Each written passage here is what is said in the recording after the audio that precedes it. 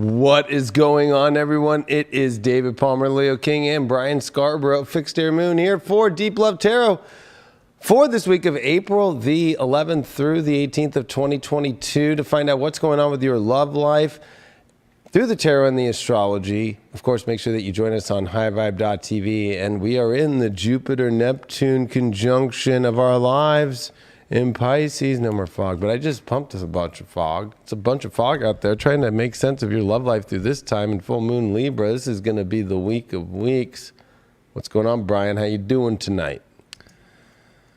Doing pretty well. It's foggy over there, man. Are you in the conjunction? I'm in the conjunction. Dang. Hope everybody else is doing well. Once in a lifetime stuff, pretty exciting to live through just because we've never lived through it and we'll never live through it again. But I don't know, it's very romanticized. You know, when you look out online, everybody's like very positive.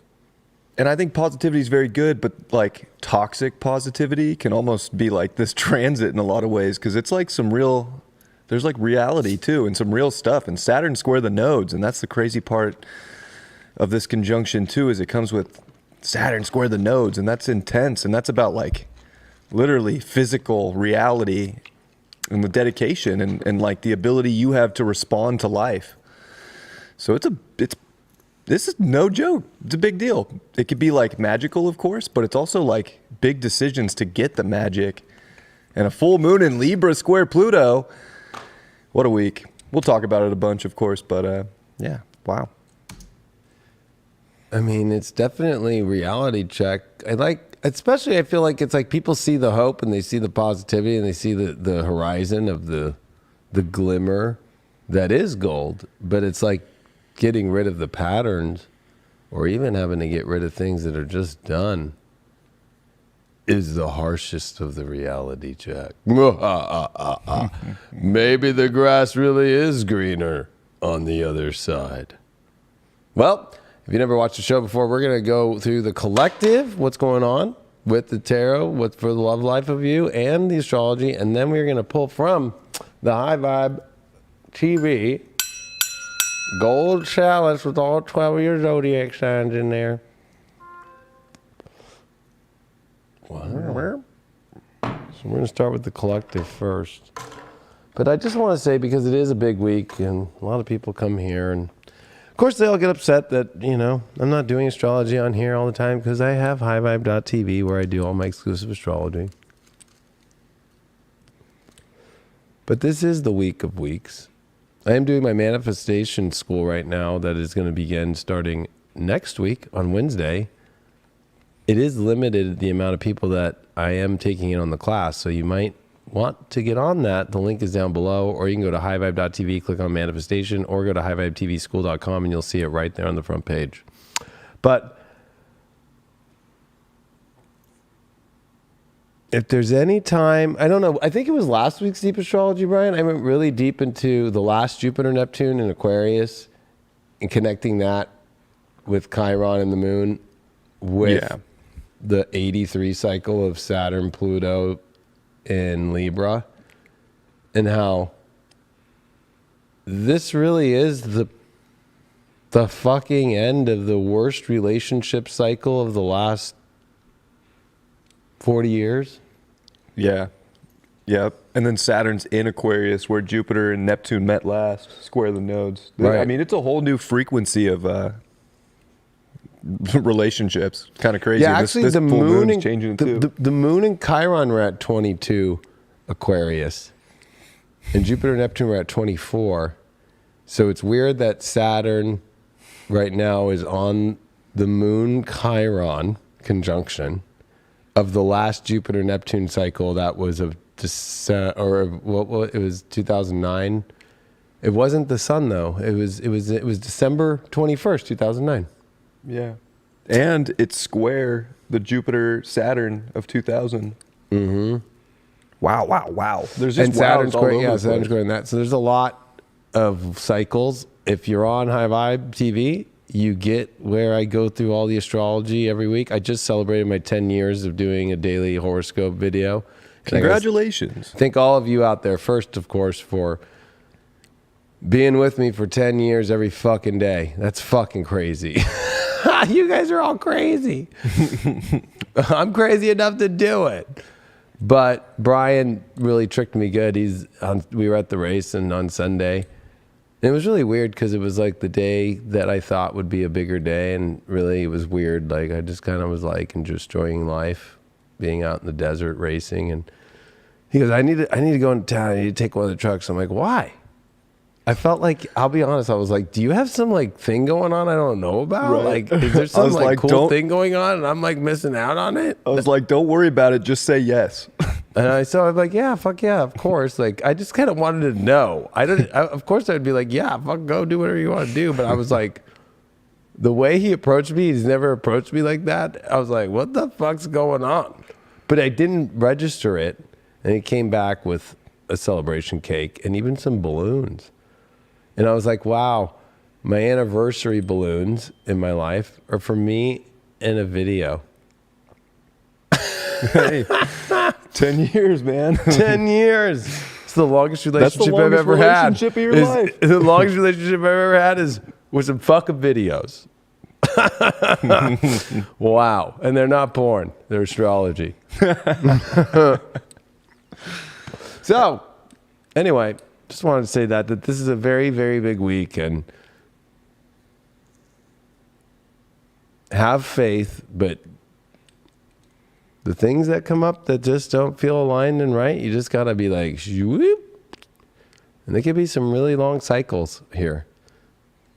The longest that you've ever even fathomed. So, and I think that last week's Deep Astrology, and of course, you'll see it again this week, and then of course, to my manifestation school, I'm going to be using a lot of those cycles to help people see in their own charts and how to not only manifest, like, we're going to go from all areas, but mainly it's the uniqueness within yourself. So, you know, there's that vision out there of what to manifest in life, but really it's like, is that your vision? What's your vision? And what's your own way? And what does your own code say? So I think that's super important. But I want to go into that collective now. This is going to be the week of weeks here. Out of the top 3 weeks of the year of astrology, this one definitely I'd put up there at the top. Yep. So, yes, we got a Mars retrograde this year. Yes, we've got Jupiter in Aries. Yes, we've got a lot of other really powerful things happening.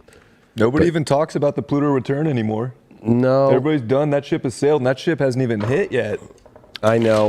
Well, that's why I said, like, the Pluto, to me, when Pluto retrogrades, and when Pluto retrogrades back to that 27.5 degree, that was win. And even though I know people are like, well, it's like in the Helio understanding of it, like Pluto still hasn't come to the same degree. I get it.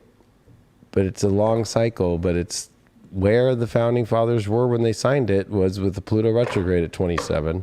And we're coming into that retrograde at the end of this month. And then just shortly after that, I think it's what, June into July? July 12th? July, yeah. It's something like that. Yeah, that we do see that. So that's going on. But also I'd say some of the other bigger transits like I just forgot, North Node, Uranus with Mars to fucking, there's the solar eclipse with Uranus and Taurus that's going to be intense. This lunar eclipse in Scorpio coming up here in about a month, right? That's going to be square Saturn.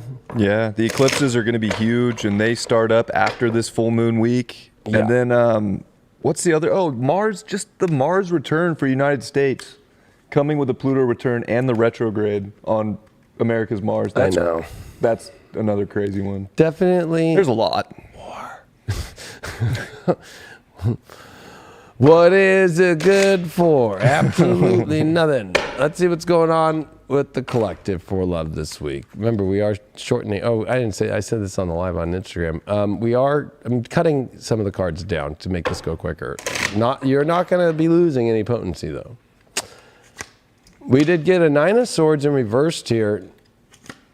We got a Knight of Pentacles is our challenge. We got our overall as a 7 of Swords reversed, and we got a Page of Pentacles in reversed here. I brought the Morgan Greer out too. I'm liking this reading because I almost feel like, I know we might feel like we don't know where to go or we feel stuck or maybe we're kind of paused right now about our love lives. And that might not be a bad thing. I think that we really are, you know, almost feeling like there's a lot of clearing that's happening and a lot of things getting over that have happened that woke us up in many ways about our own lives, our own relationships life. But I almost feel like we're almost feeling like a little bit like, is there anything out there that is going to change in my life? I feel like that's kind of the energy. Yeah, it is. Knight of Wands. Definitely we have to have the courage to leap into our new energies with our love lives. I feel like, you know what, the way that we had the world and we thought our lives were going to go with our love lives aren't going that way. And that's a good thing, I feel. Yeah, and I almost feel like it does feel like it's okay to like look at the options of life and what do you really want. I think it's almost like we're repicking a new dream in our lives. Like it's almost like maybe we liked people because they brought us, I don't know, the serpent. And now it's like, no, maybe I kind of want the drama, or maybe I kind of want something else. But I feel like this Seven of Swords and this Nine of Swords reversed is definitely kind of feeling this really kind of like big wake up call that's happened. And where do we go next? To have the courage to go where we need to go next. Like wherever that's going to be. I mean, the Wheel of Fortune with a 10 of Wands. I'm feeling like it's like, you know, we're too worried, I think, about what's on the next side of this. Like, is this going to, it feels like we know there's a lot of good things going to be happening, but we almost feel like, is it going to be too much weight for me to do this or hold on? Or is it all just going to be like all this energy I'm going to go towards and it's going to feel like it's too much at the end of the day for me to hold on to? Like, but I think we have to get rid of our past experiences that have not gone right in our love lives to realize that that doesn't mean that that's what's going forward. I think that us holding the weight of our past experiences or the fears of our past experience is the weight itself. And I think that's what we're getting over here. What does Camelot have to say for us for this collective reading, for this, especially this full moon Libra with Jupiter, Neptune conjunct, and with Mars leaving Aquarius and coming into Pisces? It's going to be a big deal. Let me turn this off here. There we go. So,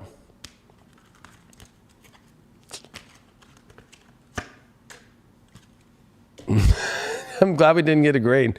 We got Rhiannon, but I've always felt like she's like a grade's like friend. But, you know, it is that integrity. Maybe it is finding that integrity in ourselves and the endurance to keep going, which is very she feels very Tens of Wands-ish to me.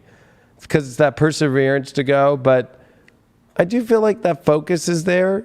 And I think that, you know, you got to keep going on. It might feel like it's a crazy race or something, but it's not a race. It's just more about going with things and keeping the energy moving forward towards the fortune and not letting our past shit really get us anymore and not feel like, oh, there's no offers. It's more like you not willing to jump towards creating offers or whatever offers come towards you and having those kind of fears, which I think is kind of sad. So I'm cutting it shorter through here, through the Oracle, and I'm cutting it shorter with a couple other places, just keeping it with one card. We got the Mars card. Definitely there's a lot of taking action. I'm definitely feeling that. With that Knight of Rods that came up, and I was looking for some answers here. And we did get Rhiannon. So, and you know, Rhiannon feels kind of like, she kind of looks kind of Marsy. She is with the horse. She does have the endurance, but definitely that Mars energy, that action-oriented energy, and that definition energy. Like, you know, it's like easy to define, easy to talk to, easy to understand who the person is. Or you and yourself have to be willing to show who you are. If you're definitely too much hiding in who you are, I don't think this is going to be a good time. Or with people who don't really know how to express who they are, this is definitely not, it's going to feel like it's too sloppy. And I feel like to get out of the sloppiness, there has to be some definition. There has to be at least some sort of identity connection and definitely some action energies. We got jealousy as our shadow here. So I think collectively right now, it's like, I think the shadow is that we keep putting ourselves through kind of this fear of changing course and this punishment and the envy of like, maybe, I don't even think we're envious of other people. I think we're just envious of like what we could better have in our lives, of just how we deal with our lives better and take more action instead of not. And I don't think that we want to get caught up like sitting in a place where we don't feel like I don't want FOMO to continue to happen, but the funny thing is the worst is MO, missing out. Like this is definitely where we don't want to be missing out. We were having revelations that Ganesh came up with. So I always look at this card as the one card where Ganesh is like, I'm coming down with the fucking universe, motherfucker. It is time. It is a judgment. It is a huge moment in your life that is definitely changing the course of your life here. And you can't be afraid of it. And you got to take the action towards it. And you got to let it happen. I feel like you just got to in life. Like this is definitely a time for you to do that. And definitely not be scared of these things. So instead of doing where I go into singles and all that and sex and blah, blah, blah, blah, what I'm doing now on this portion here is I'm just going to just clarify just this card, and then I'm going to pull one more Avalon card from a different set, and that is what she's writing for us. Yeah, look at that, Queen of Rods. The revelation this week is having that loyalty, that real place in life where we beautifully come and we stick our energy. And where's that energy that we really want to enrich and bring that sunflower of that really happiness, that love, but also there's that loyalty with it. There's that true, positive, glowing energy. Anything that doesn't feel like that, it's just a sign that that's not it. And I know that I'm not here saying that you don't have to go through the work when it comes to relationships, but I feel like this is a time where it's like, where's that door that's glowing right now? And even when you do work and relationships, there's always a glowing door that makes it worth the work, you know? But when it's not got any glow to it, and it hasn't had any glow to it, I don't think that that's something to really, you know what I mean? I think it's hard though, when it feels like maybe, I don't know, you feel like there's glow and somebody else doesn't feel like there's glow. But I'm not really getting any kind of like, I think people are willing to move into the energy and stop carrying the load of like stuff that isn't working or stuff that they can't have or situations like that. Like, but you don't want to be holding on to anything that doesn't allow you to change course in your life. And we got the King. Oh my gosh, how crazy. In the other Avalon deck here, we did get Mr. King Arthur himself, which is that masculine energy. We did get a Mars card here. We got that revelation. There's definitely a lot of this masculine take action, male sexual energy, authority, and things pertaining to the law, justice, things that are fair in our lives. I do feel like it's important for us to really sit in that place. And we did get the Queen of Wands. So there's that King and Queen energy. That's the only thing that's going to work right now. And, you know, and it feels that way. I mean, when you definitely get Jupiter and Neptune together in Pisces, there's definitely, you know, this really kind of really big spiritual, extravagant energy. And that's where you get King and Queens. So it's kind of interesting to see that. I think the last thing I'll do is I pick a major. I'll pick a major here in the major deck. That's going to be the way that I do it to cut time on everybody's reading. And now I got all the cards in the right spots. We know exactly where we're going to go. And you know what? We're going to find out what the villain we're all going to be through the major. I'm feeling like that. Mm. Oh, jeez.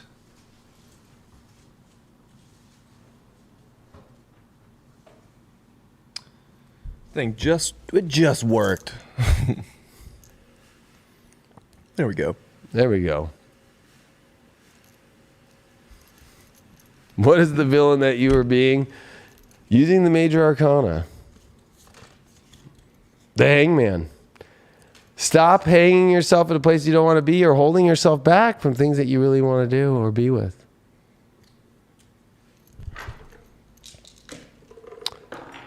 Oh. We did get Mars. Mars is showing up a lot. We're going to pay attention to Mars this week. 10th house, Gemini.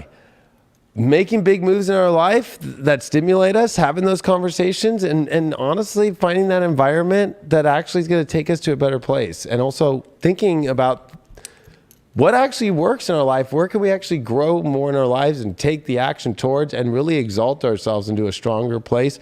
That's way more exciting. That's way more thrilling and way more on the connective front. Yep. I think that it is important to pay attention to Mars. It's Aries season still. This week it's the final week of Aries season. So, yeah. And a Mars ingress into Pisces, I think we definitely need to figure out these patterns and these cycles in life and figure out how to identify with more of a surrender, more of a flow. We need to dedicate, we need to pursue, but it's also like, I don't know, Mars and Pisces, you can't just like brute force it. It's not going to work. So it's like, you got to kind of force things where it's really in alignment. I would say that this full moon this week's a really big deal for relationships. It's a full moon in Libra. That's always a big deal for relationships, but it's square Pluto, and the sun square Pluto, T square Pluto. It's going to transform relationships. Maybe it's the way that we have been identifying with relationships in our life, how we're finding balance and justice with other people, other souls, and learning how to flow into the right connections. And Saturn square the nodes. There's so much going on, and I think the biggest thing here is there's this vibrational shift that's taking place, and this is about justifying your life for like what that frequency is. So you got to make big transformations to get there. Maybe it's just going in more. Maybe it's just being more intense, or maybe it's actually things have to die off. I wouldn't be surprised if there were like a lot of endings to relationships this week, breakups, because they're just not on the same path. It's like if you were faking it up until now, I don't know if you can fake it anymore. There's too much of a spiritual, almost a split, it feels like, because that's where choices are being made. So it's like one of those big decision weeks. And you kind of got to just let your soul guide you and not force yourself into any situations with love, especially that are, they're keeping you in patterns. David said something great this weekend, and it was like Pisces and swimming in this little pond. And it's like we've all graduated. We're all big fish now. We've learned so much. And now it's like really graduating to that ocean, to that bigger pond, whatever it is. And really having more freedom to swim. And not just going around loops in this little fish tank even. So there's a lot to decide. Full of shit. Week. Full of shit. Oh God, yeah, a little fish tank full of shit. Or an RV full of black water. That was, yeah. That's gross. I think you said it best, dude. I think it is important to start and look at this Aries transit. But I think this Pisces one makes it difficult for people. But this full moon almost kind of brings that truth out. Like, this isn't an alignment, or this really is. So it's like, I think you can't be afraid of things being misaligned, because that means that only an alignment's following it, or that's happening. So I think that this is not about learning to have zero fear with the square to Pluto with this full moon. And even Jupiter and Neptune are in a slight sextile to Pluto. Like, this is about having no fear of whatever's the truth. Yeah. No fear to what's the best for you in your life. Yep. And to get out of the patterns that really don't work in your life anymore, and to get out of the relationship situations that really are toxic, and to really put yourself in the best place, because that's what's going to bring the best relationships anyways. And with Mars coming into Pisces, I feel like there is that need to really step into. And really, if you look at your own natal chart, Mars is going to come activate all of where Jupiter's gone, because it's been 2 years since Mars has been here. I can't remove. Jeez. Siri just doesn't want to go away. But Mars, like that's a toxic relationship. Siri and I have a toxic relationship. But that's the whole thing. Mars is going to activate where Jupiter's been in your chart. Remember that last year, there was no Mars in Pisces. Okay? So you have not seen where Jupiter has been yet, where Mars actually has even been activating the Jupiter of last year in your chart. So it's like Mars right now is actually activating so much in our charts right now that we have to pay attention to it really intensely, especially because it does come retrograde at the end of this year in Gemini. So we're not going that many more signs up with Mars. And Jupiter's only going Aries this year. So it's like, this is the time where we really got to use this energy, especially with all the planets direct, Jupiter, Neptune conjunct, a full moon in Libra, square Pluto, Mercury now in Taurus, trying to really understand the environment with Uranus there and making the best changes for us to move forward in our lives. So it's going to be quite honestly powerful. Yeah. Let's use the first sign. Who needs the most help? Don't be Leo. Gemini. Why am I not surprised to see Gemini? I don't know. That reading we did last week was gnarly. It was weird. I even just said that. I'm like, who needs the most help? And that came up. All right, Gemini, I'm wishing the best for you. I mean, it's time to be an adult. 10th house. You could still be youthful and young, but, responsibilities and more importantly, I think for you, it's like, what's the best path for you in your life right now? And if you're in the right relationships that really are bringing you there or not. And that's a big, hard one. And also how you interact with people in society. And is it really the right kind of people around? Are you chasing the wrong kind of energy in society? And I don't know. I think Mars here is going to help you a lot in Pisces in your 10th. But love-wise here with Venus here too, it's like a lot of it is like the path that you really want to go on in your life. If you're choosing a path and there's really nobody on that path, like, are you really sure you're on the right path? So let's see what's going on here for the Geminis this week. We did get the 2 of Pentacles in reversed here. Our challenge is the 8 of Wands reversed. We did get an Ace of Cups upright, and we got a 6 of Swords. Definitely, wow, 6 of Swords here with this Ace of Cups. And the 2 of Pentacles here. I feel like it's almost like the universe is showing you this amazing path to go, but I feel like you're afraid to go. This 8 of Wands here in reverse is your challenge here. I feel like this is it's almost like, what are you waiting on? There's a whole better path in your life to go towards this refreshing, beautiful energy. What's the story going on here? Yeah, it's like realizing, you can't keep your head in the clouds too much here, and you actually know where the energy is that's going to refresh you, but I feel like you're afraid of it. It's like having Mentos in the fresh maker, and like you want freshness, but you're not going to eat the freshness?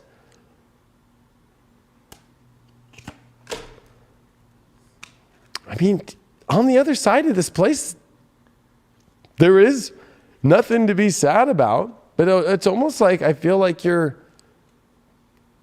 this is a really weird reading. Yeah, Emperor card. I feel like this is where you are ready to lock and load this week, but why are you so challenged to actually follow through with it? You're already getting safe passage and you want to be coddled to the safe passage. That's kind of weird. Why is that? Oh my God, heartbreak here, 3 of Swords. I feel like, you know what, a lot of it is that a lot of you all out there are afraid of your heart being broken. Or maybe your heart's been broken so many times and it's time to heal your heart by actually taking action towards beautiful things in your life. Instead of sitting around and continuing to not do what you don't, and do what you don't want to do and not do what you do want to do. What's going on here in Camelot? Well, you're stewing on things a lot. Serdwin likes to stew on things without even having, she doesn't even have anything to do. She uses her hands in the cold. So I feel like you're stewing on a lot. I mean, it is a time where you're going to have that inspiration and that transformation. But I almost feel like, you can keep stewing on things, but nothing's going to move to the next place. I think that you found that place of inspiration, but you got it with that Emperor card I'm seeing there, that 2 of Pentacles reversed. I feel like you're done kind of, I think that you're done staying in a loop that you really want to get out of. So I feel like you're breaking out of a loop this week. Let's get a clarifying energy about that. You got the fire element. Yeah, it's like desires pushing the way. I feel like you have to follow desire in your life. That 8 of Wands in reverse is definitely afraid of it and afraid that it's going to cause you harm. If anything, it's taking you to the better place in your life. And I feel like that you've almost like been holding back too much in your life. And I think that you've been like too afraid of good things here. Yeah, you're too afraid of the unexplainable, otherworldly, and the miraculous energy that could turn in your life. And that's your shadow. And it's okay, but it's like time for you to get out of this fear of like the most amazing thing that's possible and always putting some sort of negative connotation that, oh no, that can't happen to me, or that won't be good. Or it's almost like putting bad energy on things that are good, or putting good energy on things that are bad. Like, you know what I mean? Like, it's like where it's like, I think that's a big thing. I think that a lot of Geminis are up in a place right now where it's like, oh man, I'm putting what I think is good when it's really bad, and I'm putting what is bad is really good. Like there's kind of like this weird swapperoo thing, but that feels definitely very Gemini-ish, right? What does Ganesh have to say about this? You did get the openness. It's time to open up the doors. I don't know. I feel like we need a clarity card on this. What are we opening up about here, Gemini? That King of Swords. You have a lot to say. You have a lot that you've been holding on to a lot. It's time to open up in the biggest way. I almost feel like, are you dealing with somebody that you're just like not talking about? Yeah, you are. You're holding on to. You have not opened up at all. You have something big to say. You've been stewing on something for so long. You can't hold it back. You got to have the strength to do it. And the universe is opening the door for you. And the miraculous is here. And the desire is there to do it. And why do you keep stewing? Yeah. You've been stewing because that you feel like you need to be in a place where you're fulfilled, and I think that that's good that you've been doing the work. But at some point, part of the work is actually doing the work by actually taking yourself into a place of where you want to feel good in your life. You know what I mean? And I feel like that you've been very afraid of that. So it's good to see this, but at the same time, are you just gonna miss out on your life and stay in that place? I feel like that you are coming out. And if you're a cross-watcher to this, it's like, like Geminis are coming out.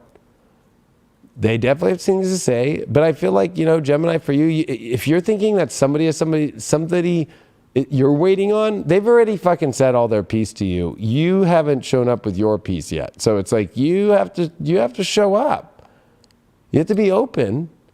But you have to open up yourself. Because I'm seeing that you've been closed off. I got that Four of Pentacles there, right? That King of Swords right there. I feel like that you've been, kind of stubborn in your own way.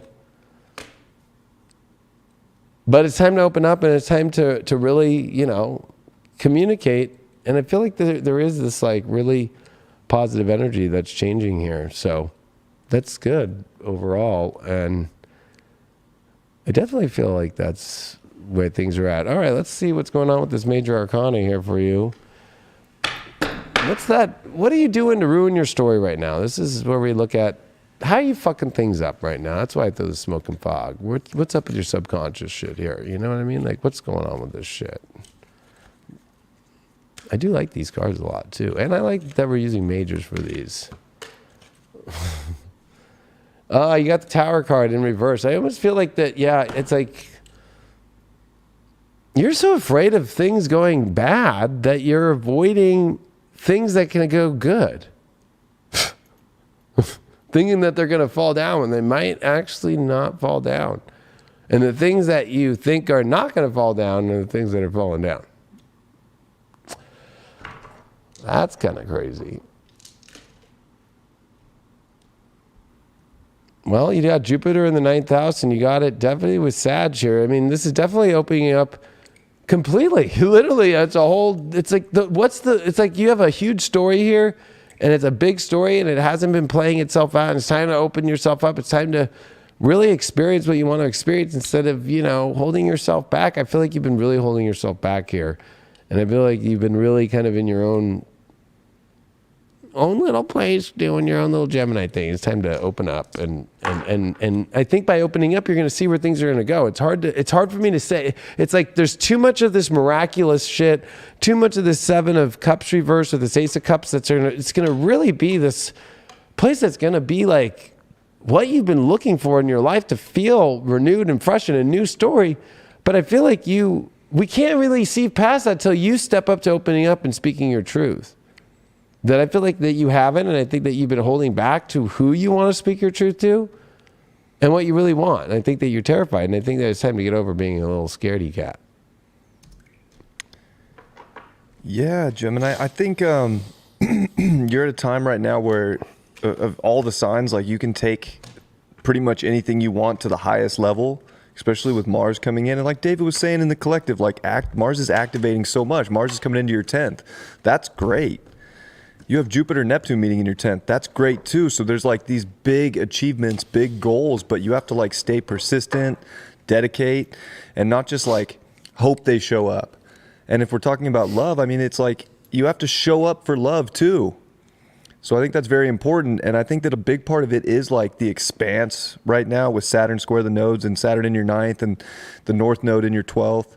It's almost like having that Pisces midheaven and having the two like very like spiritual planets, they rule Pisces, Jupiter, Neptune, meeting there. Like you have to make some of the biggest decisions about the story of life that you want to live, and you almost can't force it. You have to just like surrender to it. And I think that's ultimately where you're going to start to see everything that you want come to you. It's almost like just straight law of attraction, but with work. Because that's the part of the law of attraction that they don't talk about, is that it's like you do the things. That's how you manifest. You have to do something. So what do you want? Is it love? Is it a career? Is it money? Whatever it is right now, it's like, what is your soul telling you? Don't go backwards, like go forwards and like let the universe bring it in. And I think you have to like work for it. And that's Saturn in your 9th saying work for the magical story that you can have right now, that God wants you to have, that it's like your mission from God. You just got the mission statement. Make sure that your relationships are on that same path. Don't go letting a relationship take you away from where God's ultimately pulling you. Or if God's pulling you into a relationship, you better go into that and be completely honest and like vulnerable there too. Yeah, and I think it's limited beliefs that definitely are the main thing here with all this Saturn square the nodes, and especially people were asking in the chat, like, well, what's up with Geminis? It's like they're going through the fucking hard 12th house transit. North node about to have a solar eclipse in their 12th with Uranus, and their ruling planets in the 12th. And this is all stuff that's being squared by Saturn in their 9th. So it's like, it's almost like they're subconsciously fucking themselves over with belief systems about certain, like they only believe that there's this one way things can be when it's like limiting. And so this is definitely a place where they've kind of got cornered, and they're kind of like almost at that place where they're, you know, feeling they're so cornered, they're ready to let their teeth come out, but they're not going to do that. They're going to realize they have to surrender, as Brian was just saying, and accept the truth of whatever it is and come in. And the universe is trying to get them involved in what's true instead of their beliefs that usually are brought by other people or Netflix. It just doesn't work. I'm sorry to say. It just doesn't work. Or there's people that really, really just maybe are using them for other reasons too. The Pisces are next. The mutables are jumping out first.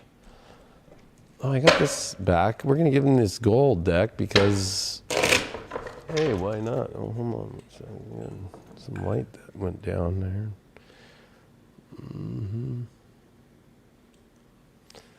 All right. Let's see what's going on with you Pisces this week with your love life. Geminis was a hard story to kind of go with because they're kind of holding their whole stories back. So let's see what Pisces got going on. I know that they got big stories and that they're not willing to hold back, or are they? Emperor reversed. Magician reversed. Page of Cups. And the Devil reversed. We got 3 major arcana here, but with that Page of Cups, it's time, Pisces, here to literally just say, you know what? I don't want to go back to living the life where I'm in that shadow, where I'm not feeling empowered. You're that young, fun, exciting, imaginative, emotional, chippery place. Who does that for you? And who really doesn't? Like, this Magician card reverse is also you having complete self-doubt and probably dealing with people who really don't see magic in you at all. And you're giving them your magic. And it's time to stop doing that. That Emperor reverse came with a 7 of Wands reversed. Definitely stop taking the lower ground. You need to take a higher position, the high ground. You need to really bring valor back to yourself.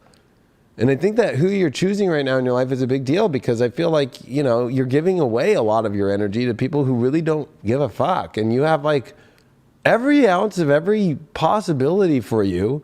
And I'm seeing this Devil card here to get you through in reverse. It's like, definitely stop picking the dark people, the wrong route. Yeah. It's almost like stop putting all this effort in, or stop being with people too who are really pushy, and they're really honestly not, they push you around, and they kind of also at the same time don't let you feel like you're free to be who you are at all. Yeah, you got a star card here. There's this renewal energy coming from this young energy. I feel like that you know the person, or you know the energy of where it brings you this exciting and youthful and really just easygoing energy. And that's where you're going to find your renewal. I feel like you've been dealing with some really dark energy here that honestly doesn't see the magic in you, doesn't really give a fuck about you, and also doesn't make you feel empowered anymore. Yeah, I got a King of Pentacles reversed with that Magician card reversed. So it's like, not only that, but they're taking your resource energy, and also watch how your money's not been doing great because of them. You know, and you got to pay attention to that. And you got a Three of Swords in reverse. I just want to do that overall to show you there's no more heartbreak unless you want to keep choosing this dark road and these dark people. And I've been saying that in the astrology, but here it is in the tarot.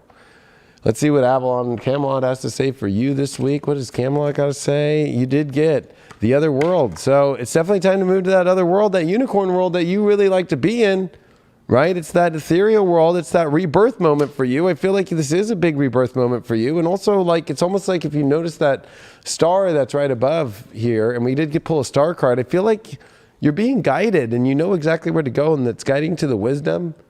And I feel like you know exactly where this is, but it's almost like you've been I've got a feeling Pisces has been letting a dark entity hold him back. Like somebody that you've been dating that's been dark, or maybe that you're in a relationship with that's dark, and has been holding you back. And I know that might sound crazy, but that's what I'm getting.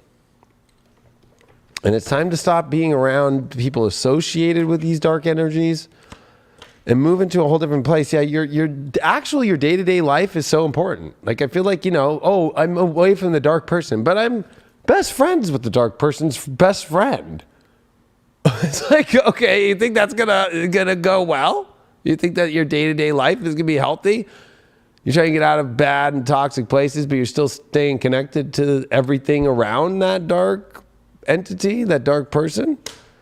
It's time to get away from that and cleanse yourself and get into actually a healthier place in a reality that you want to have. I feel like you haven't been living in the reality that you even want. I feel like you're not getting shit with that devil reverse. It's like not even passionate. It's like a joke. It's like, why am I here?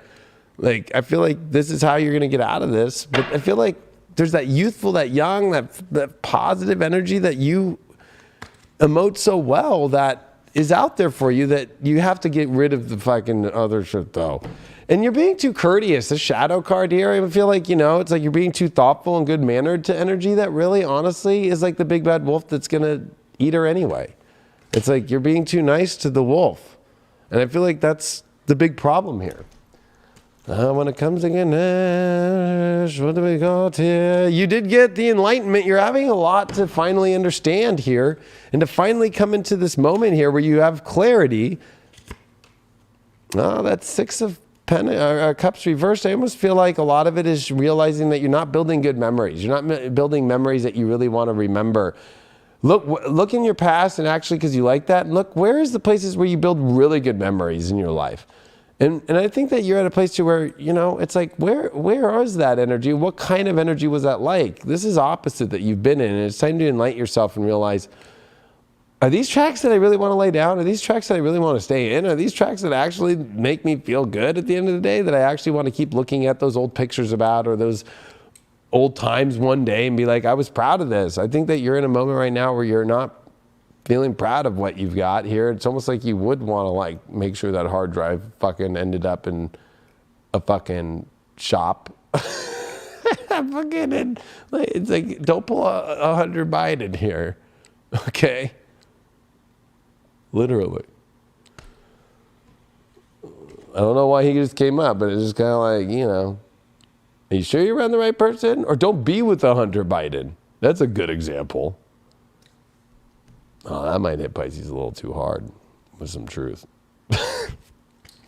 Let's find out what's going on here with what can I do to help you get out of whatever you're doing that's stupid and making yourself, end up in that fog. And how do we get you through this in your major? You did pull the Hermit. Yeah, I think that you have been just kind of fermenting in this really big place of learning a lot. Now you're ready to come out with all the wisdom. But at the same time, you're also, I think, holding yourself back from where you really want to go. And I think that that's your problem here.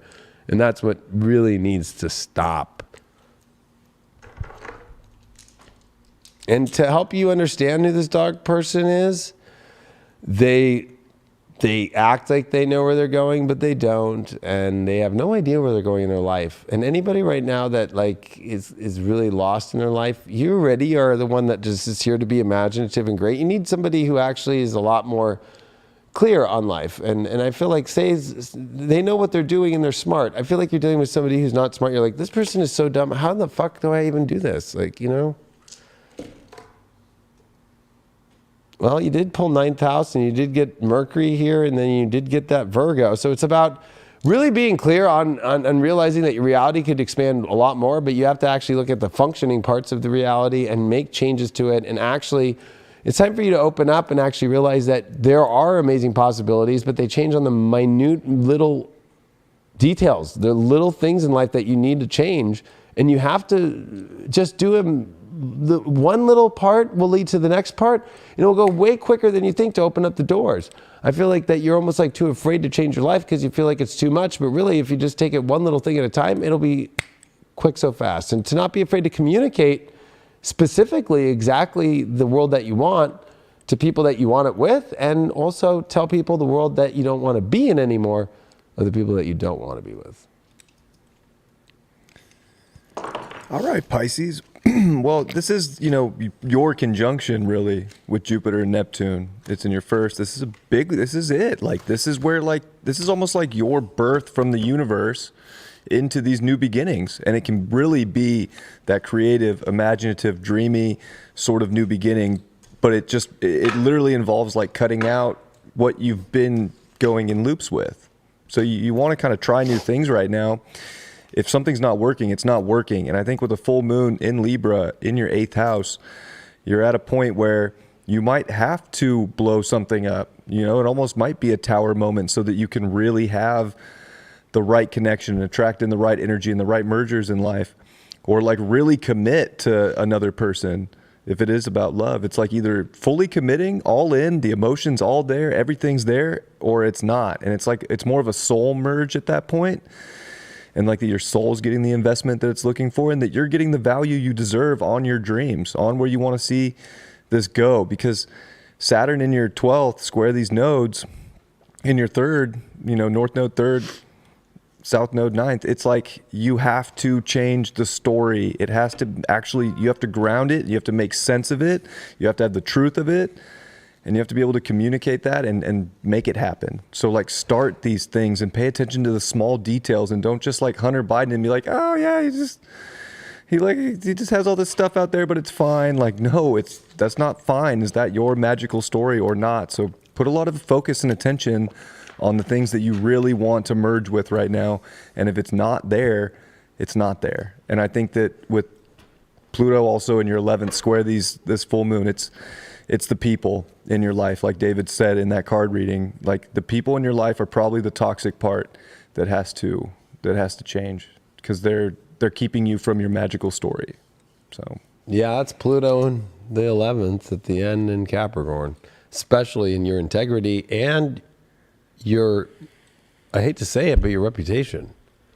Like, and I was going to say, don't pull a Hunter Biden, but don't date a Hunter Biden, because the creepiest part of the Hunter Biden fucking laptop was the picture that looks like it is Lady Gaga, where he's creeped out on crack, pulling out his cell phone in the mirror when she's hitting the fucking shit pipe and she doesn't know, and he's creeping to take a picture. That's the kind of people you're with. They would throw you under the bus in a heartbeat. Exactly. And they don't give a fuck. And they're using you in weird ways, and they're doing creepy ass shit. And you know it. And it's put you in a world that you don't want to be in. Don't end up in a room or a life where you feel like you're with Hunter Biden. It's the best analogy I can use for you at this moment to get out. And maybe you should watch that movie. Get the fuck out. Get out. All right. Trying to help you out, Pisces. We got cancers. Or it's better just cancers. We'll give them the golden of the tarot today, the golden tarot. I feel like I've been saying it for years. You've been waiting for this moment, Cancer, to make Disneyland come true.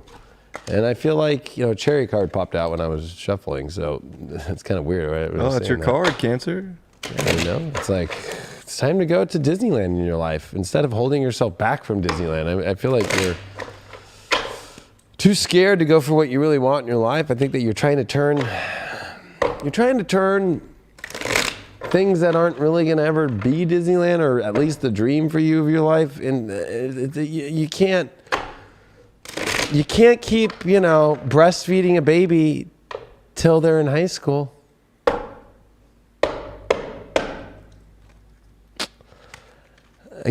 Cancer's got to stop being mommy to their lovers. And that's a hard one. I know that might seem cliche, but I feel like it's time for you to experience more. And this is going to be a full moon in your fourth house. It's going to really see if it's really beautiful or not here. And it's going to scare the fuck out of you about relationships with Pluto in your relationship house here. Into your 10th house to see if you're being responsible and actually in the right place with the right person, especially in your home life and how that's going. You did get a Queen of Cups here in reverse. I just said stop being a mommy in relationships, and that is stop being a fucking mom. You got the most boring card in the deck. Reverse is your challenge. 6 of Pentacles. You got the 4 of Wands here in reverse, and you did get a 4 of Swords here in reverse. So we got definitely a wake-up call here, Cancer, because I feel like you got to stop, giving your... actually, it's Queen of Pentacles, so it's still a mom, but it's almost like, I hate to say this, you're actually like taking care of fucking the checkbook even maybe, or you might even be like making them feel good about themselves. Like, you're such a great person. I hope you do well at work today, and even though you're not making any money,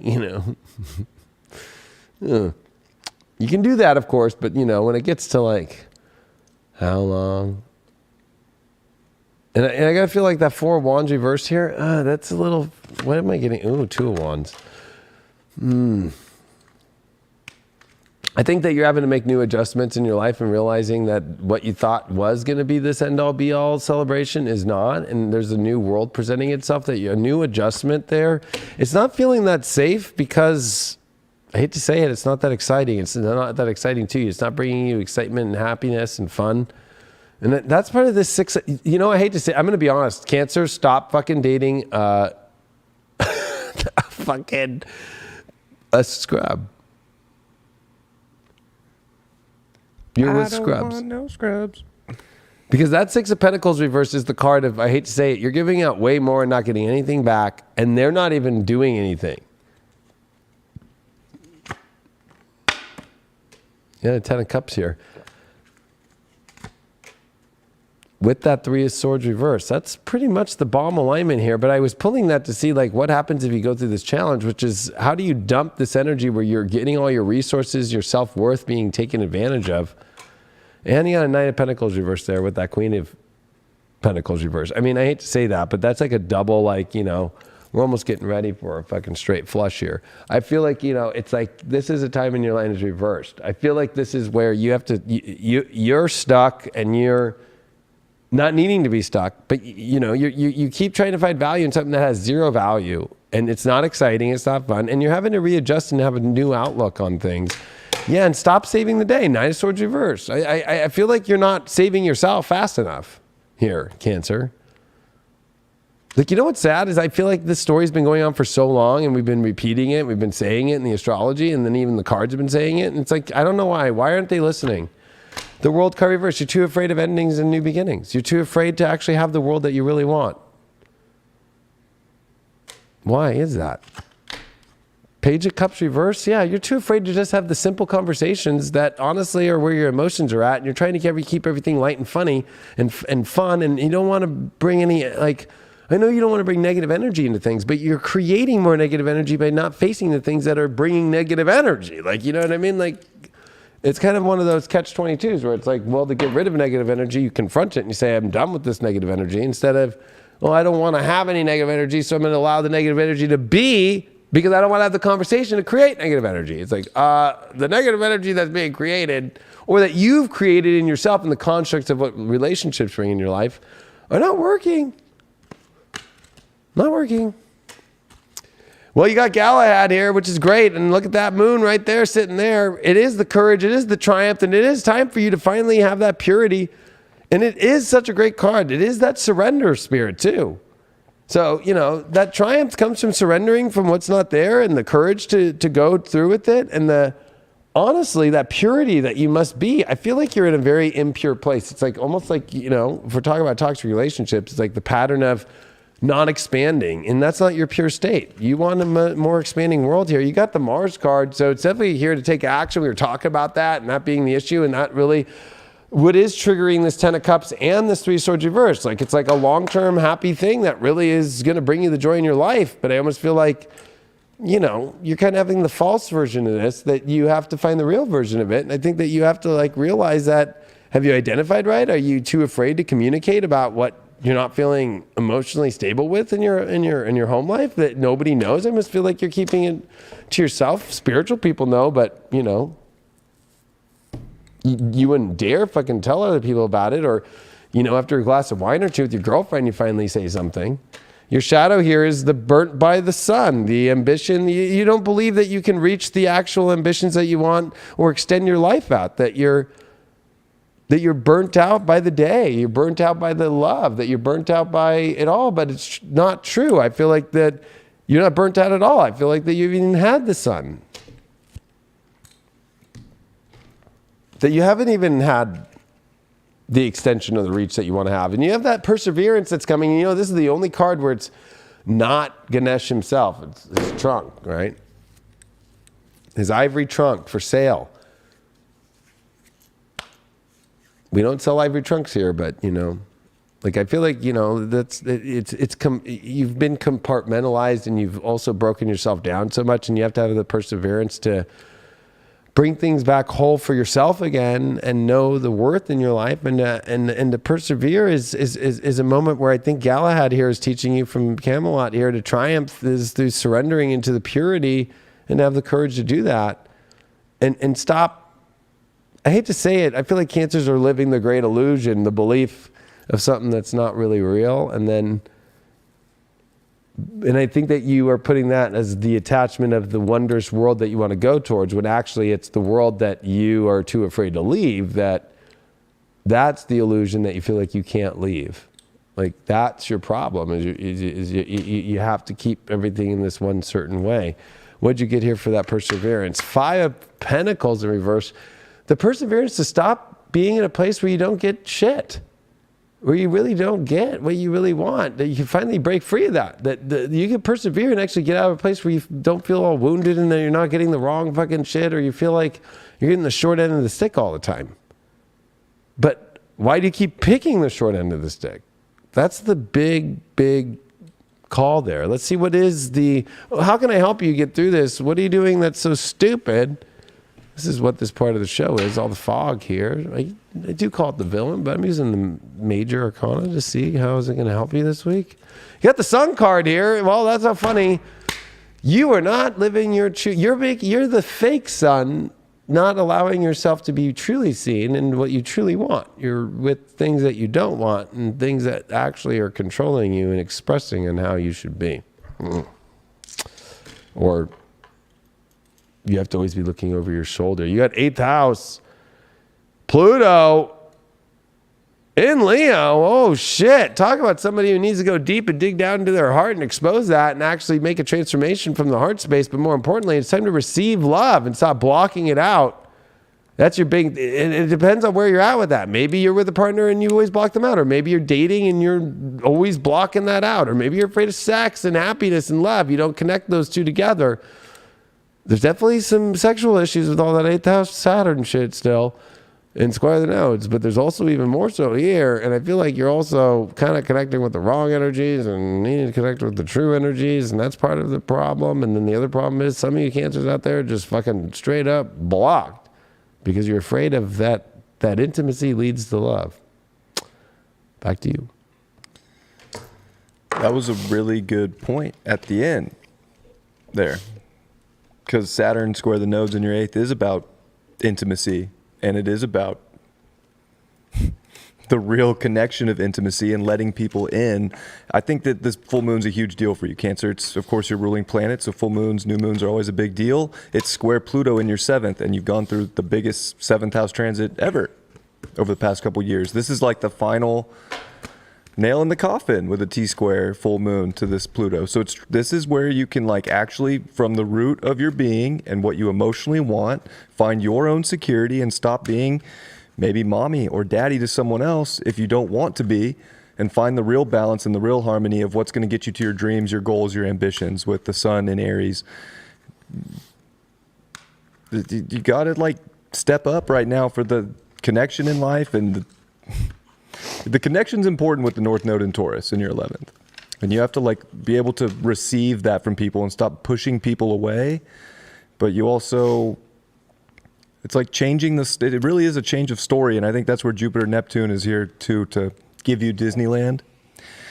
But you have to like want to emotionally commit to what that Disneyland is and not just say it's okay, it's fine, and make sure that it's like full on. And if it's not, then what are you doing? You've learned those lessons already. And don't play with that. Don't play that game anymore. You won't be happy. And you won't feel supported by yourself. Yeah, stop being a Looney Tunes fucking cartoon and getting a Disney cartoon. Even though I know Disney's getting fucking their ass fucking, I was about to say their ass raped, but that's probably the wrong thing to say about Disney right now. But I know it's like probably the worst place to talk about. But the old Disney that we know about, that Cancer's really identified especially with, like, you want the Disney story, but you are in Looney Tunes. How are you going to go to Disneyland? You want to go to Toontown? That's a real fun place. I don't see any of the ones from the big movies, but I don't see Aurora sitting there from Sleeping Beauty fucking in Toontown. What are you doing?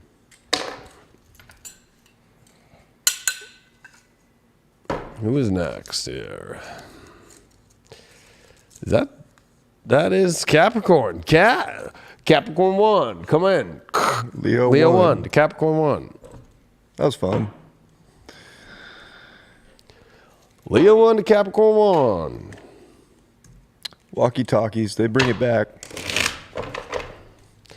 Very handy, except for one time when they weren't handy.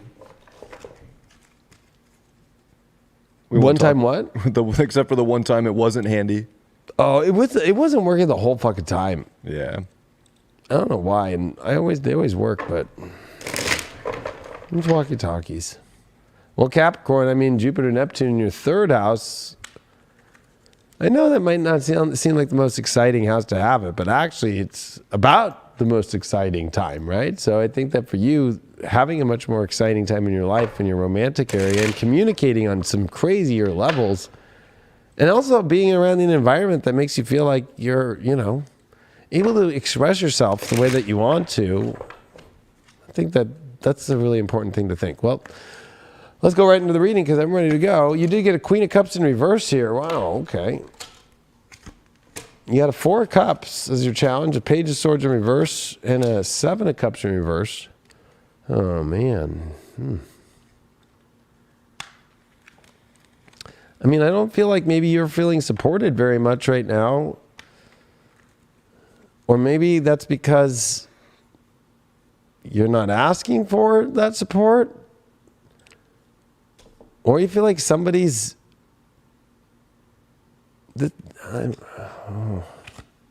Oh, yeah, okay. All right. I think that you feel supported, but you don't feel supported in where you don't even know where you want the support. That's the weird thing. I think you're like, I don't really know where I kind of want the support. That's all right. I feel like, there's a lot of questions and where to go, but I feel like at the same time, I feel like you're feeling stuck. And I feel like a lot of it has to do with emotionally, how much to put in, how much not to put in. But, you have to make a choice whether or not this week you're ready to start a deeper emotional story or keep it more chill. But you're going to have the conversation. I feel like either you're avoiding the conversation or somebody else is about where things are going. Where are things going? What's being built? Doesn't look like,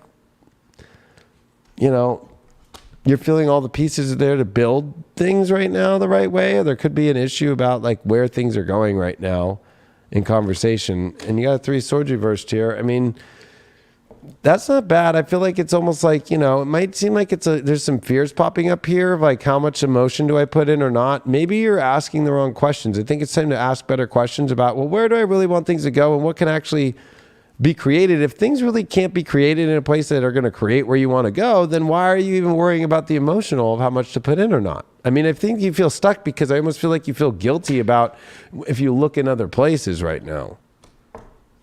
Yep, Lovers. Ooh.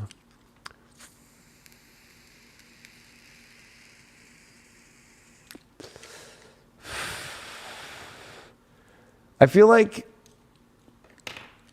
it's okay, Capricorn, to like somebody or to be with somebody, but then to really ask yourself if you're ready to go to the next level, take a look around and be like, am I really sure that this is the pair of pants I want to wear? Is this the right size? Is this the right color? Is this the right brand? Is this the right energy? And I think that you're putting a lot of undue stress on this.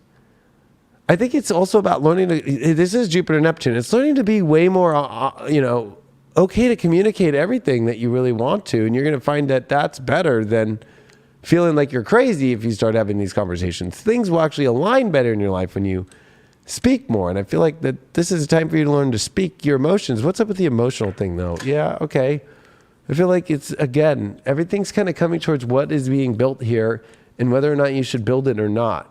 Especially about one person, but then the question of, do I pick this person or do I stay with this person or do I go and move on and look for other options in my life? What's up with the option thing, the Sun card?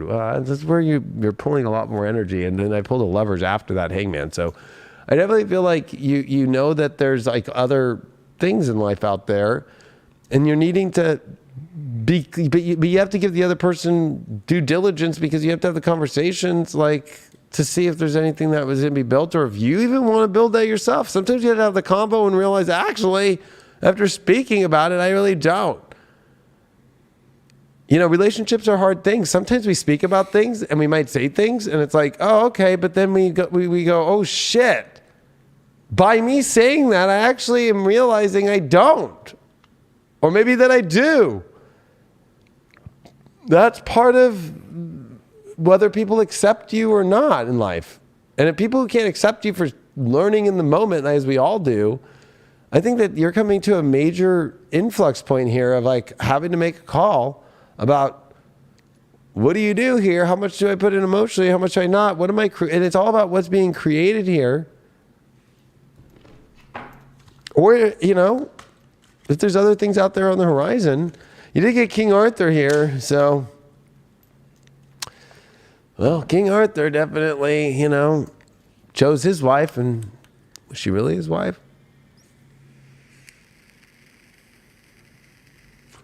He wanted to build the kingdom, and he wanted to have a queen, so he got the younger queen. He wanted to build alliances and stuff like that, but, this is where you have to learn to take your authority and think of be a wise King Arthur here. Be like, is this the best thing for me?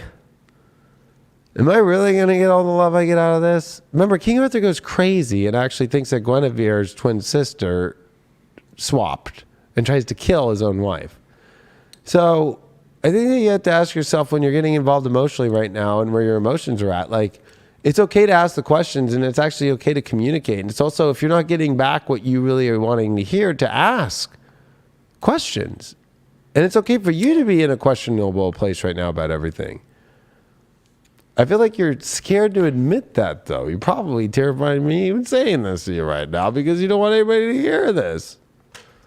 Pisces is your card here. That's definitely being shy and definitely feeling like you have these big visions, especially, look at that. There's Jupiter, Neptune, and you got a Sun Lovers card, but the Hangman, and underneath that is like, I don't know. I don't know if I have a lot of options out there. I'm pretty focused on a prize, but is it really a prize is the big question. And then you're realizing that you're kind of feeling stuck anyway. But then when you look out on the other side, you're like, holy fuck, wow, all the things that I could have. And look at the dreams that I could have. But that's a very sensitive place. Oh, man, and there you are looking outside the window at a different world. I will slice them and I will dice them. I will slice them and I will dice them. I think that you're worried about blowback from making action choices that you feel that you really want to do. And there you are, that you're afraid of having. I love this card because this enlightenment card deals with like very Aquarian themes, inspiration, epiphanies, and innovations. I feel like that you're afraid of like admitting that you're having an enlightenment about your life or an enlightenment about a person or where you really want to go in your life. It's almost like you're feeling stuck. Like, what do I do here? Or some situation's going to come up this week where it's like, shit, look at this whole other story here I could have. I don't know about this one. And I feel like there's a communication thing here that's definitely smaller than you think, but it seems like it's huge, you know? And I feel like, you know, you can't be afraid. There's definitely some really extremely positive aspects here, but I feel like, you know, especially, I'm just going to be real with you. Look at this. You remember your challenge card is 4 cups. Okay, so I don't know if I'm into it or not, you know? Like, maybe. You got the empowerment? Oh my God, I'm telling you, it's so funny. It's like, you're dealing with this one side that's extremely cautious about like something that's not that you're not too sure about. But then there's this other side that's like, oh, look at this. This is fucking empowering. This is beautiful. And I think that's the overall is like realizing you have the power to be with whoever you want in life. Like you're not having to do things because you are going to be a bad person if you don't do it. Like it's like nobody wants you to do something that you don't want to do.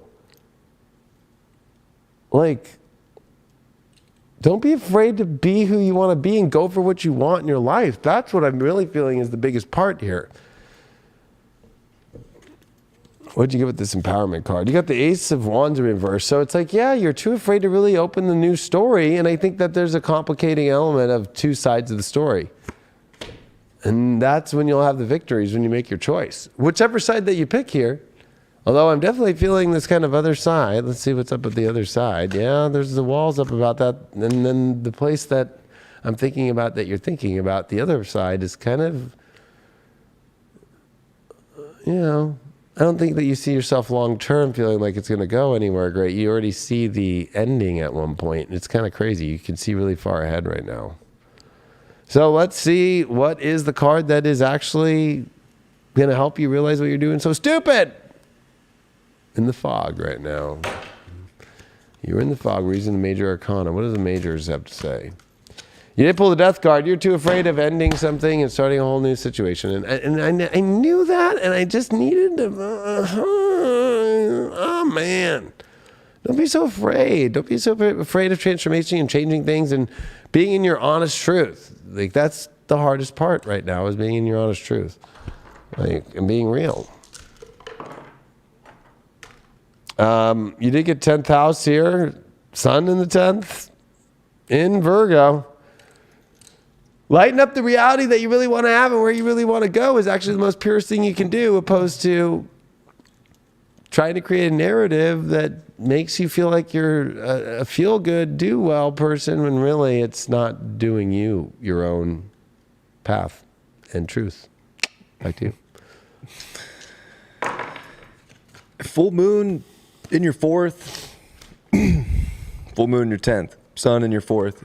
This is a big like release of a lot of like pent up emotion, and you got to communicate that with Jupiter, Neptune in your 3rd house. So yeah, the truth will set you free and it will get you to where you want to go, but it's got to come from deep within. You don't want to like hold that back or say it'll be fine, or I don't know, maybe Cap's even at like war in their own head about little things that they need to say or do to get the environment and the home life or even the career life in alignment. So this is a big week. I think you got to really self-check yourself because that full moon's going to square Pluto in your 1st house. And this is the last year you're going to have Pluto in your 1st. So congratulations. But this is a time of empowerment. I was so glad that Capricorn got that card because I think you have to take that power back and know that whatever you need, you can speak up for. You can express it.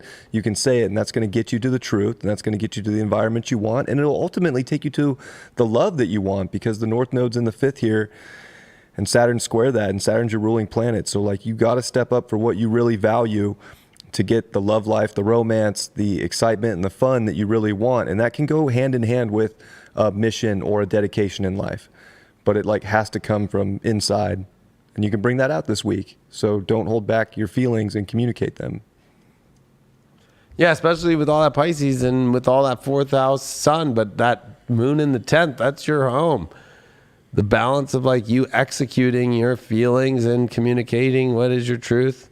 And this North Node in the 5th with Uranus here and Mercury now it's going to be a turnstile carousel with figuring out what's the best for happiness for you. And if you are going to get lost at that South Node in Scorpio in the 11th and keep worrying about every fucking little thing that you have to be so trustworthy to every fucking person you connect with right now and to figure out your own happiness, you're not going to find happiness.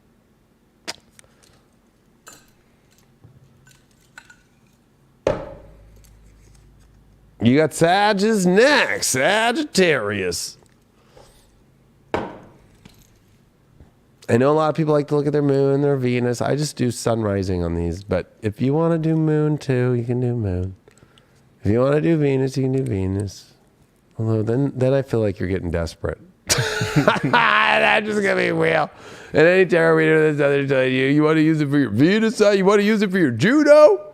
They just say that because they want you to watch all their other videos. I know, but but people have actually believed it now. And I'm just like, okay, I'm going to use it for my fucking Juno.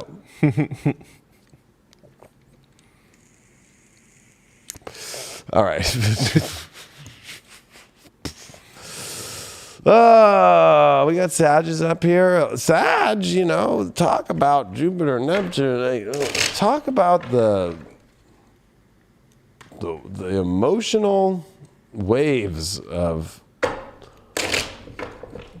like, it's almost like a big set coming in, and then you got the surfboard out and you're ready to surf them, and you think that you have, and then right behind that comes a tidal wave, and then right behind that comes a fucking meteor that hits the fucking earth, and that tidal wave emotionally that Sagittarius are going through, trying to figure and navigate and find where is their beautiful home, where's their beautiful emotion, while the sun's in their 5th and a full moon in Libra here in their 11th.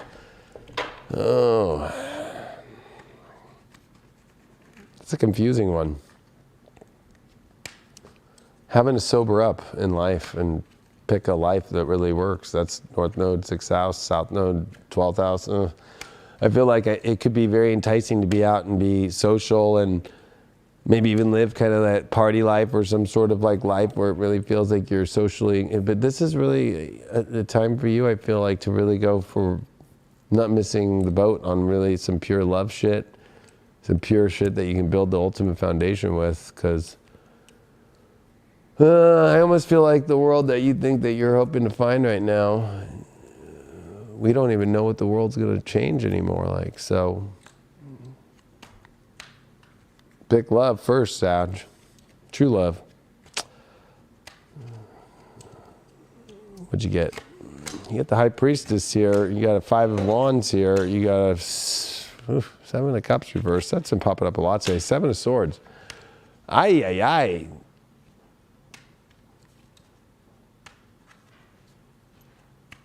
Is it you, or are you dealing with somebody who is not really revealing themselves? It's you. You're not really revealing what you really want. I think that you enjoy kind of being on your own right now, but at the same time, it's almost a show. And I feel like you're putting on the mask that, you're all excited and you're all happy being yourself, but there's this hidden complication here. And I feel like, again, I'm not going to call you a liar. I'm going to call you more of like that people are seeing through you. And I think that that's very hard for you right now, because you're trying to put on a different show and it's not working.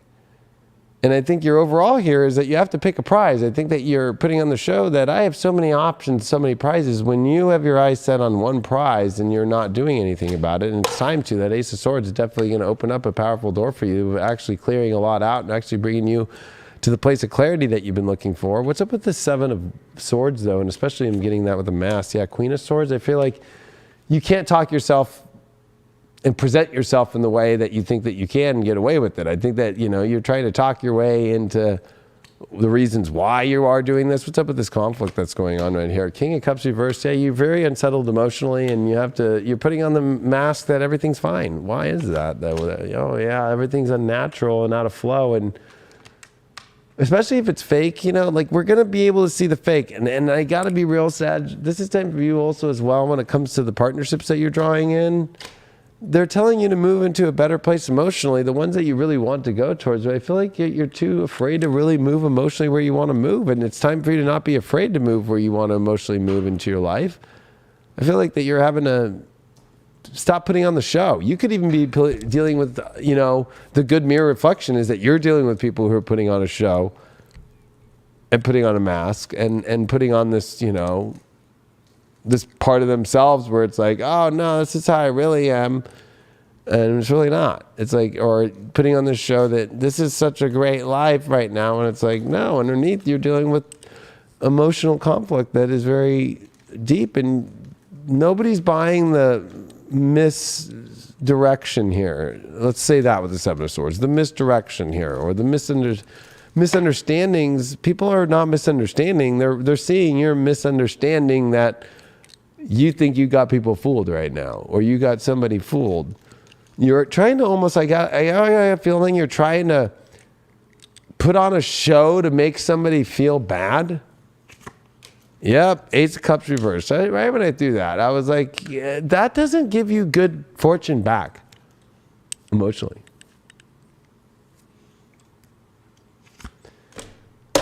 And you're missing out on the ultimate happiness of your own life right now because you're putting on a show and you're trying to put on a show and you're using it for fucking weird reason. It's unnatural. People could see through it. Why are you so afraid to pick the ultimate prize and open that door right now? Oh man. You're afraid of that it's going to require two parts, and it's going to require work on both ends. It's almost like you want somebody else to do all the work and only work for how you want things to be. Yeah, that's not going to work. I'm not saying that it's a bad thing. I'm just saying that, it's a two-part system here. And the mask ain't working, especially about trying to make the old person feel bad. It's not working, Sag. You got Guinevere here. It's time to put on the real true beauty and that true soul within yourself and that true love, energy, sexuality. But use it to get what you really want, opposed to pushing to make somebody else jealous, or to make somebody else, or to put on a show to make yourself look better, but then you don't want it and you're pushing away the ultimate happiness. Like, I almost feel like you're dealing with kind of like a avatar issue here. Like you're kind of like using an avatar to kind of make things look a certain way, when really there's a whole other story going underneath, and you're chasing. But really what you're doing is you're running away from the truth. You're running away from the power that you are and the beauty that you are, and that the ultimate love that you could have. And I'm going to just say it because I got it from that Ace of Cups reverse. I feel like it's bad karma to do shit like that. And I'm not giving you as like a tell, like I'm not trying to be daddy and fucking tell you, hey girl, like you're fucking, or whatever, dude, like whatever. I'm not trying to be your dad and be like, motherfucker, you're fucking up. I'm just trying to say, like, I just was told, and I got that from that card, like it's bad karma. Bad karma, and you're wanting good karma, right? So it's time for you to go back home. Like, stop running into Fakeville and stop running into putting on a mask right now. Everything's okay. We're putting a mask on a horrible relationship and be like, no, we're great. We do all this work together. We do. Look at that bother. I saw that Cancer, but a reverse too, a fake emotional place. But you did get the Pluto transformation card. Oh shit, the death card of death cards, the real transformation, the real internal truth here, especially when it's sitting over that Seven of Swords with that Queen of Swords. I feel like, you can't talk your way through it. You can't bullshit it. You can't deal with bullshitters either, but I got a feeling that's another mirror reflection of what you're going through right now. If you're dealing with a bunch of bullshitters, guess what? It's fucking because you're bullshitting. You can't put on a mask right now to people. We're seeing through your mask, Sag. And I think that, you're too afraid of What you're doing is in your shadow. I feel like you're too afraid to have a true ecstatic ritual and energy release. I think that you're doing like a false version of that. And I also think that you're too afraid to actually go kind of a little bit nutso here about what's true. I feel like you're almost like going nutso in what's false. I need to clarify that one because that is really weird. Hangman reversed. Stop holding yourself in the madness that's not true. It's not working. I'm getting like fake spiritual all the way to like fake influencer to fake everything's good when it's not. No vulnerability being shown.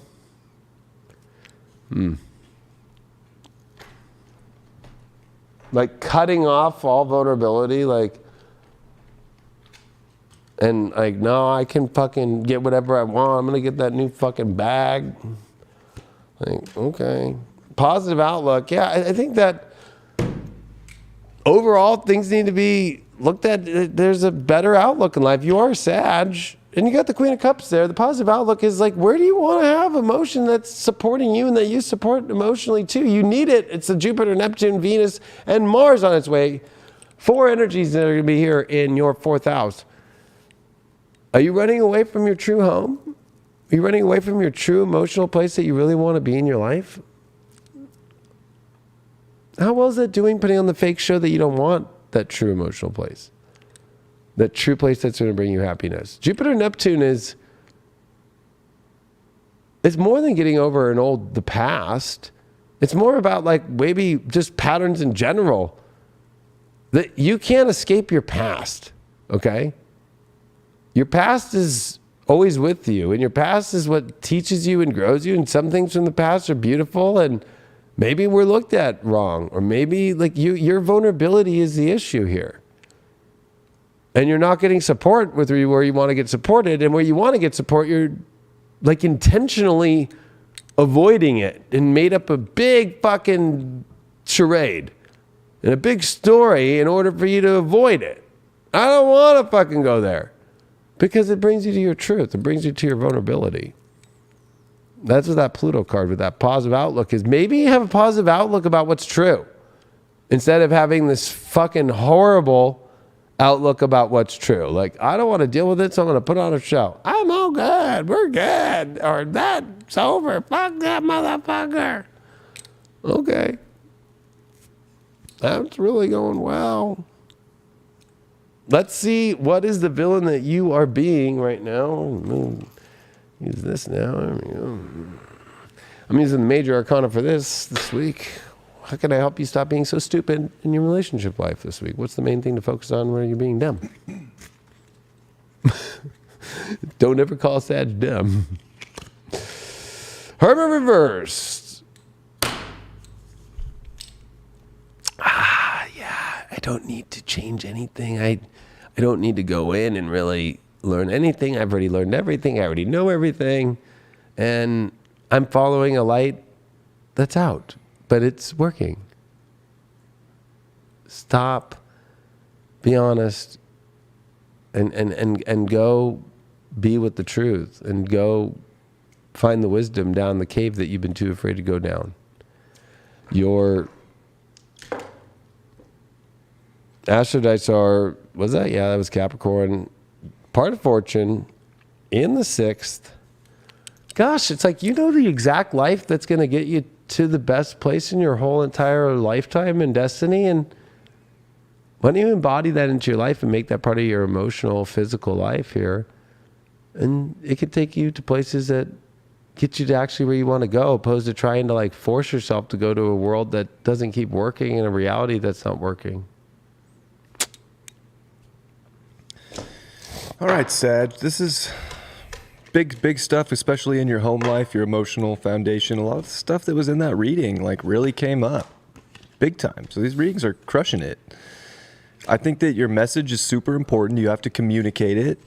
You have Saturn in your 3rd house. You don't want to restrict yourself or be lying or like lying to yourself or thinking you do know it all. Like this is more of like okay, I'm going to look here at how I'm actually feeling, and I'm going to express it so that I can make the changes in my daily life and in my routine and in what I want to do every day to like get more love into your life. It's Aries season. That's your 5th house. It's like, how can you identify more with the love? And of course, a full moon, your 11th house in Libra are the people in alignment with the emotions that you're feeling? Are they in alignment with supporting you? Or most importantly, are you able to support yourself? Like in love and in romance or in anything that you're doing right now by being truthful and honest about the situation. And I think Pluto in this T-square in your 2nd house is very important, because if you're like over-identifying with just the physical, you're going to miss out on more of the really, I guess, I don't know. You're going to miss out on actual love if it's all just physical. You need to get to like the root of it and be able to really bring that out and really communicate it.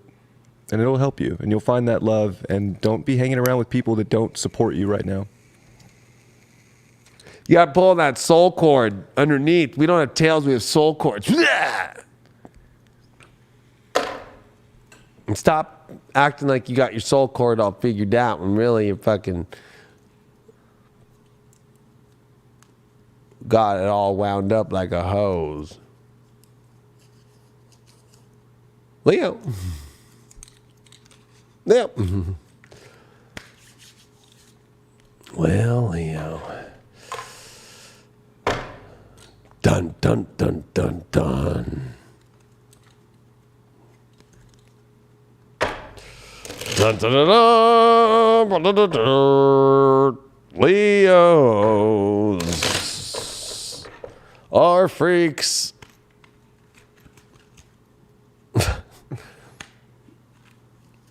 All the fucking Pisces is revealing that Leos are the freaks, the craziest ones.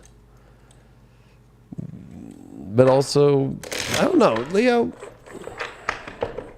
I mean, Ben and J-Lo got engaged this weekend. Fucking, you know, I guess 2 Leos fucking are the way to go.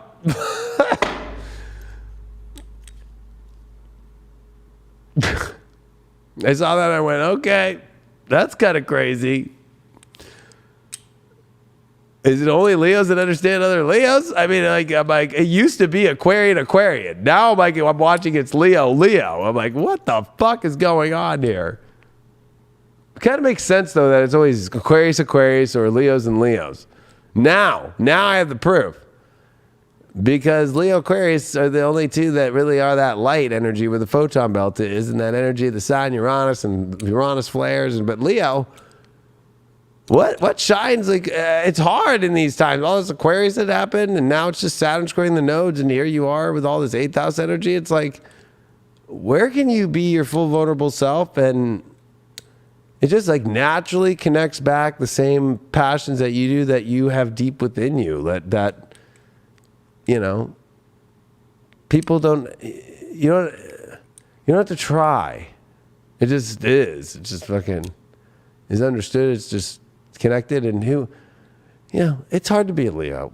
We fucking, we don't even need to speak it. It just like, it just like comes in to us. Like, but if it doesn't come in that way, then we're just like, when we go after something so hard and it's just too hard and all that shit. And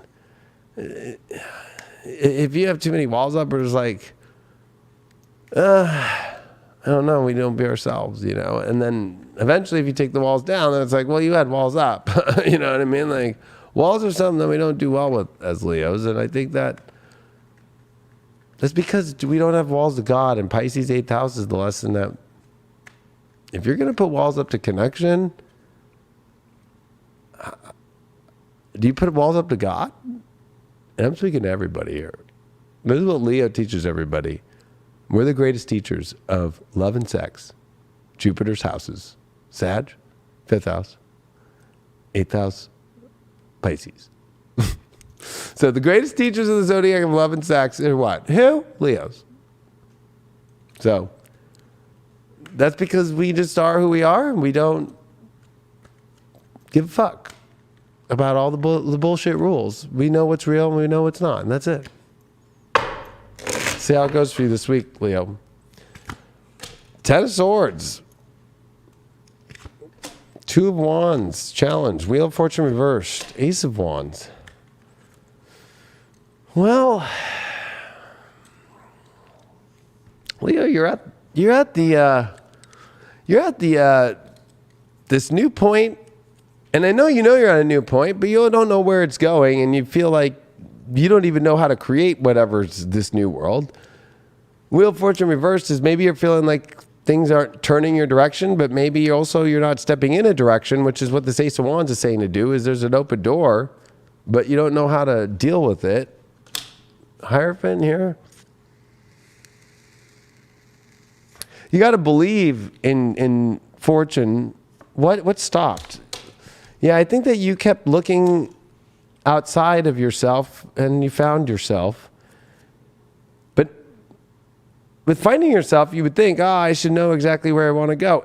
I think that this is okay to not know exactly what things are going to look like and allow the wheel to turn. There's nothing to have sorrow about. There's things that have happened in the past or things that are happening that are like, you know what? That's not working out, or this is. And there's nothing to have sorrow about. What's that about? Oh, that's the wrong deck. But it was a Queen of Pentacles, but that wasn't. Oh, 10 of Wands. Oh. It's not such a hard journey. Stop picking the hard journeys. Oh, I'm picking that fucking deck the whole time. Page of Cups reversed. I feel like, it's like you need to lighten up and believe here and commit to a life that actually is not so hard, and that it's okay to be at this new place where you've changed and that you're done repeating and trying to find something that you can't find or that you can't have. And I think that you got to let the wheel turn to wherever it's going to show up. I think that it's kind of an exciting week because I don't think you know what is. I think that you're at a place where you're like, I'm just like, I don't know, God. What do you want me to fucking do? What's out there for me? And that's and being okay with that. And instead of having such a focus point and having such an objective, I think the whole point of Aquarius 7th house is, who knows? It's a fucking unpredictable journey for love for Leos. And 8th house too, right? It's almost out of nowhere from God. The gifts just drop, But if you're psycho out there and you think I'm your fucking twin flame and I've never met you, like, don't start thinking that you could just drop into my fucking life and fucking, sorry, it didn't work that way.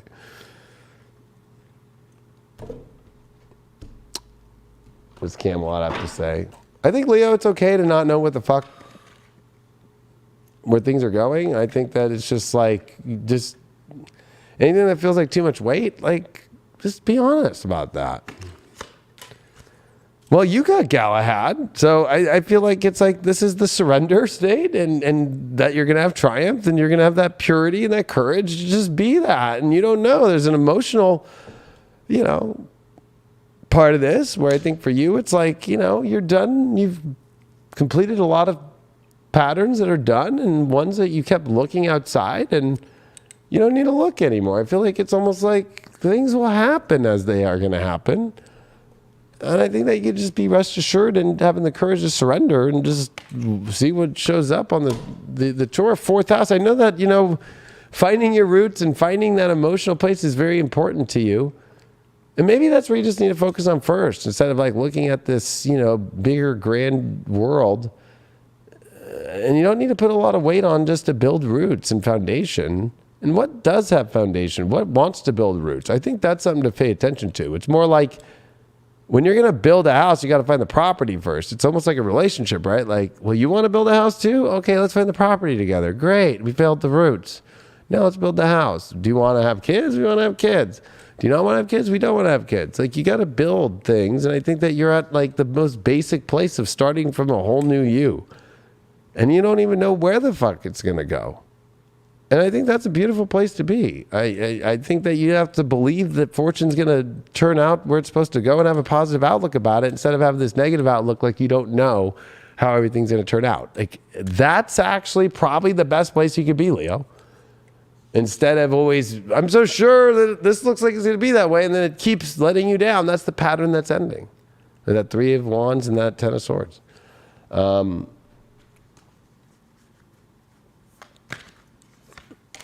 Your shadow here is natural, like that organic, real, authentic.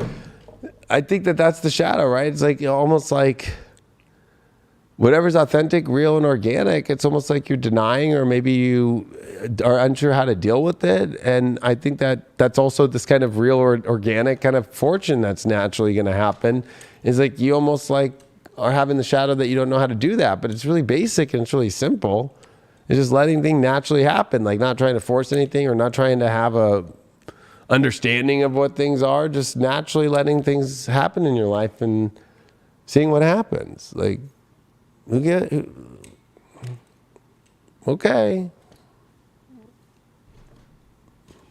I forgot we were pulling that other Avalon deck and I stopped. I don't know when. Revelation.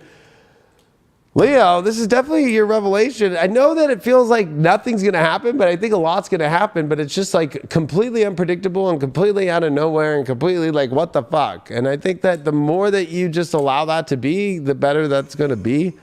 That revelation card is the Ace of Swords reversed. It's like, stop looking for where the door is and just letting the door show up. Like, I think that you have to stop looking outside for where things are at. Just letting the natural course just show up. The more that you surrender, the more things are going to happen for you right now. And I think that's important. And yes, I know some signs will be pissed, but I forgot to be pulling these. And you got the Wind Fairy, which, I think that for you, this is just a moment of your thoughts, your words, your intellect, and your analysis. You got to stop. The revelation is to stop having this fucking mind game playing about everything. This full moon is in your head. And it's in with the sun in your mental houses. Like, I think it's like just being open.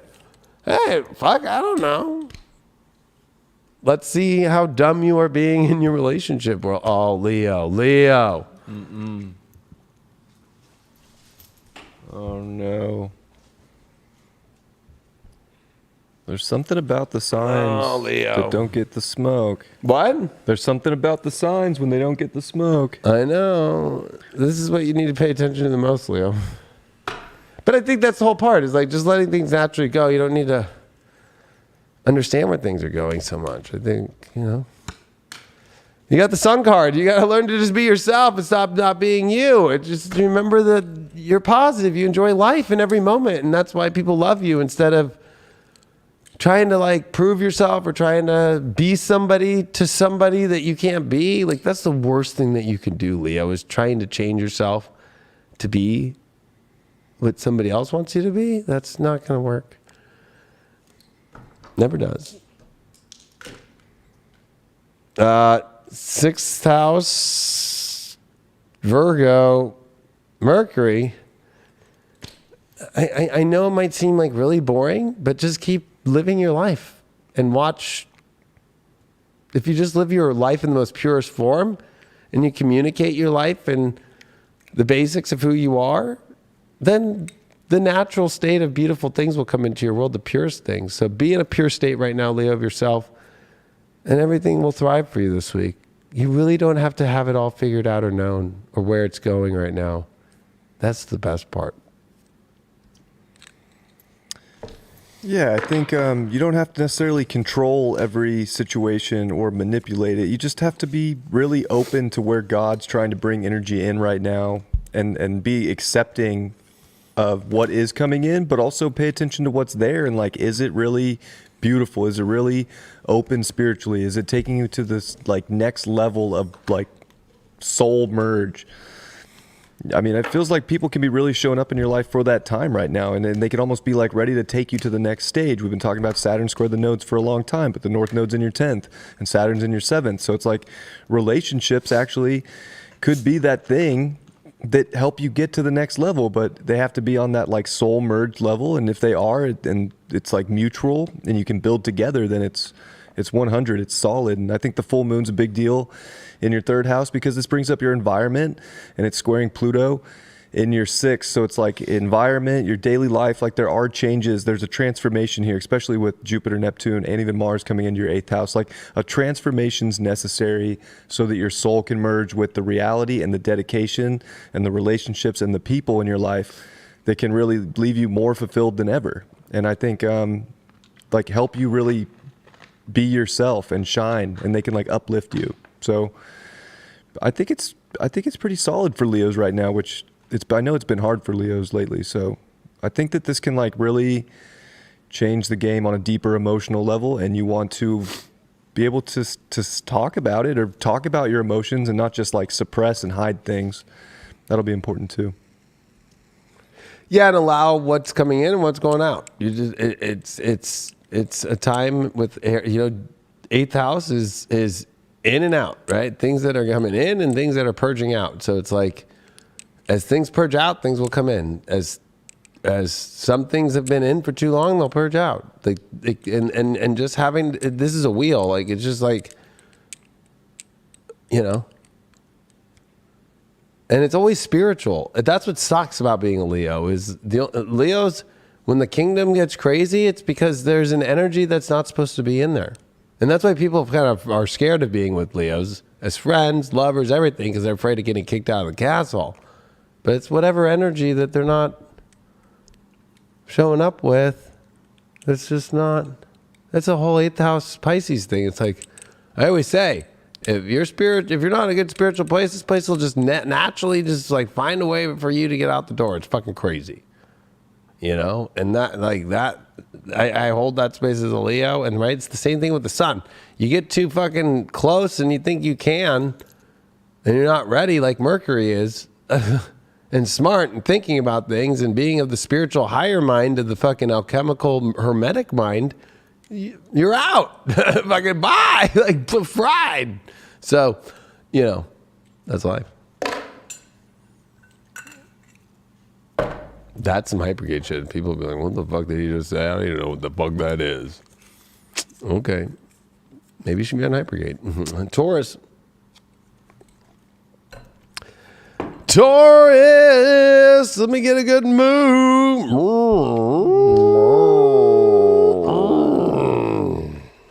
Been working on my moo. Let's hear that moo.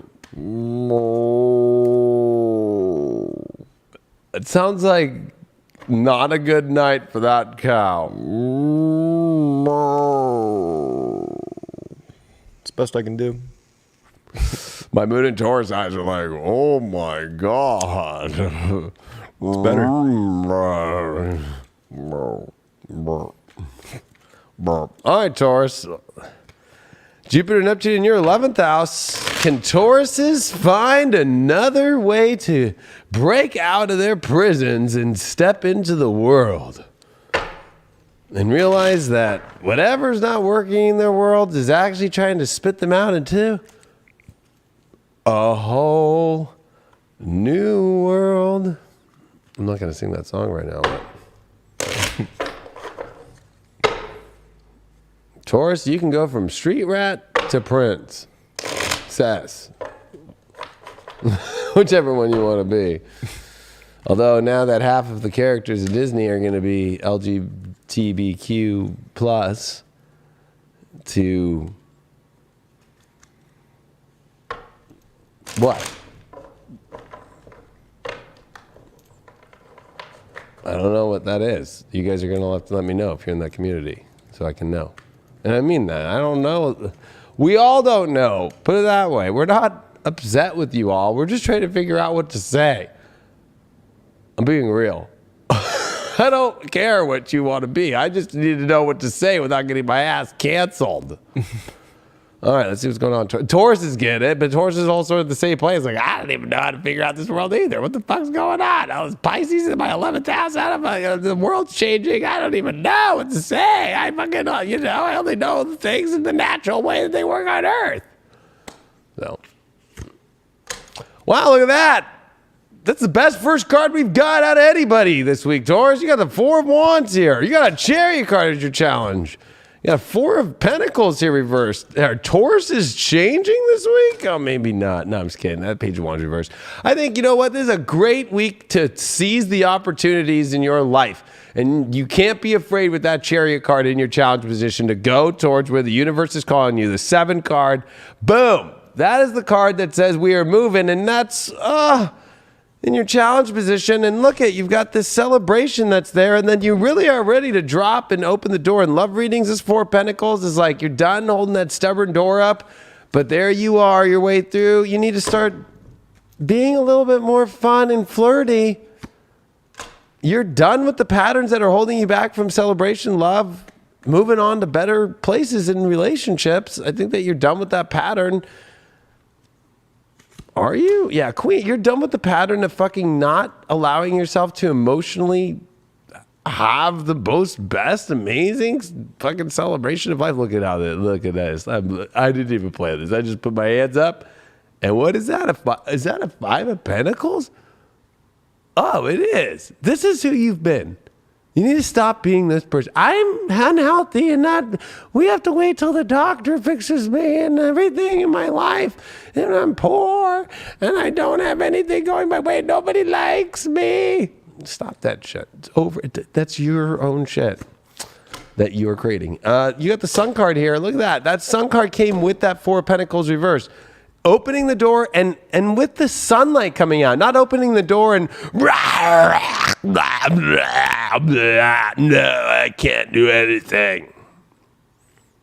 Gotta let yourself express yourself and let go of your stubborn doors that are closed. I'm doing a dance because my arms are hurting from racing all weekend. But I'm kind of showing you to open up a little bit, loosen up a little bit. What did you get? Oh my God, you got the victory card here. I'm telling you, this is a big victory for you in your life that you could finally have. This is finally stepping into a place where there is a moment here that could change your whole life. And I think that you have to learn to accept and initiate and move forward and not be afraid. You can't, I think that why are you not, oh yeah, you're holding on to you know what it is? You're too afraid to come out and be like, hey, you're too afraid to really speak your truth. I know that you might be projecting and thinking it's on other people, but watch this. Is it other people? No. 10 of Pentacles reversed. They all want to build with you. You're the one who's not showing up to build the beautiful palace with. We're just going to stop with those cards right there. That's fucking clear as fuck. But you're emotionally holding on to shit and not wanting to spot off this beautiful sunlight. You're opening the door and okay, shit, okay. You want to play 5 of Pentacles? Okay, that's a fucking fun card, but have fun on your own. I'll go play Ouija alone and conjure crazy spirits more than play with that fucking card and you. You got Taliesin. He's ready to play the harp of love. He's ready to really let the poetry and the life and the storytelling. You need to go live in that part. You need to go on that energy and sit by a sunset and fucking have talks and listen to music and fucking rub your hands through somebody's hair. Like, what the fuck are you doing, Taurus? Like, buying the new fucking toilet paper that's softer than the last one and wiping your butt is nice, but not as nice as stepping into a much more story. That's not something that you want to talk about as a story. I know as a Taurus, you have no problem talking about that story either, being like, hey, I found that new shit. It's the good shit. But come on. There's a lot more magic in the air that I love Taliesin because if Taliesin wasn't there, all of Camelot would be on bipolar meds. Said that with a really good straight face. Fucking everybody in Camelot would be like, fucking Taliesin is like, okay. Fucking with no music and harmony and storytelling and all that, everything. Fucking, you got desire. Look at that. That fire element showed up. You are hot this week. If anybody's on fire this week, it's Taurus. Holy shnikes. Bringing you back to reality, even though when I think that you are not with that Sun in Aries in the 12th right now. Holy shit. Victory, but don't fucking hold back. You'll miss out. It's trying to take you to the most amazing place. Oh, don't be so scared. Well, look at this. Oh, the monster within. My internal struggle. Stop. This is your issue. You think, oh, I don't have an internal struggle or personal challenges, or I want to improve, or maybe that's actually what you're doing constantly, and that you're always doing the violin. Oh, that nobody. Oh, with the moon in the background, you gotta. What's that? Oh, double mooned out. Look at that. Looks like a Taurus too, with their fucking cow eyes all. Don't be. Look at Talisman trying to keep everybody good, and then you're playing the other fucking tune. Like, no, let me play the depressive cry for me and my fucking sorrows. If I can't, I have personal challenges. I'm just trying to improve myself. Well, maybe actually going into a happy, fucking victorious love, happiness in your life, and opening your emotions and opening up your desires is actually the cure.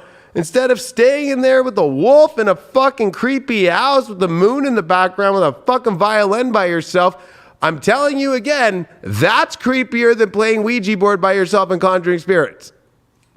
I'll go do that. You can go do that. How about that? And play with your fucking five of pentacles. Be this. Oh my God. Real sexy. Brought to you by the newest products of all. At the Fashion Awards, because of CV, the bullshit story, guess what? We have a new clothing line. It's called I'm a Taurus. 5 of Pentacles. The spray and the clothing line that will keep you away. Wallow in your sorrows. Empowerment. If you don't step up this week to your power, Taurus, this Taurus moon's going to be pissed. I'm going to be like, you motherfuckers.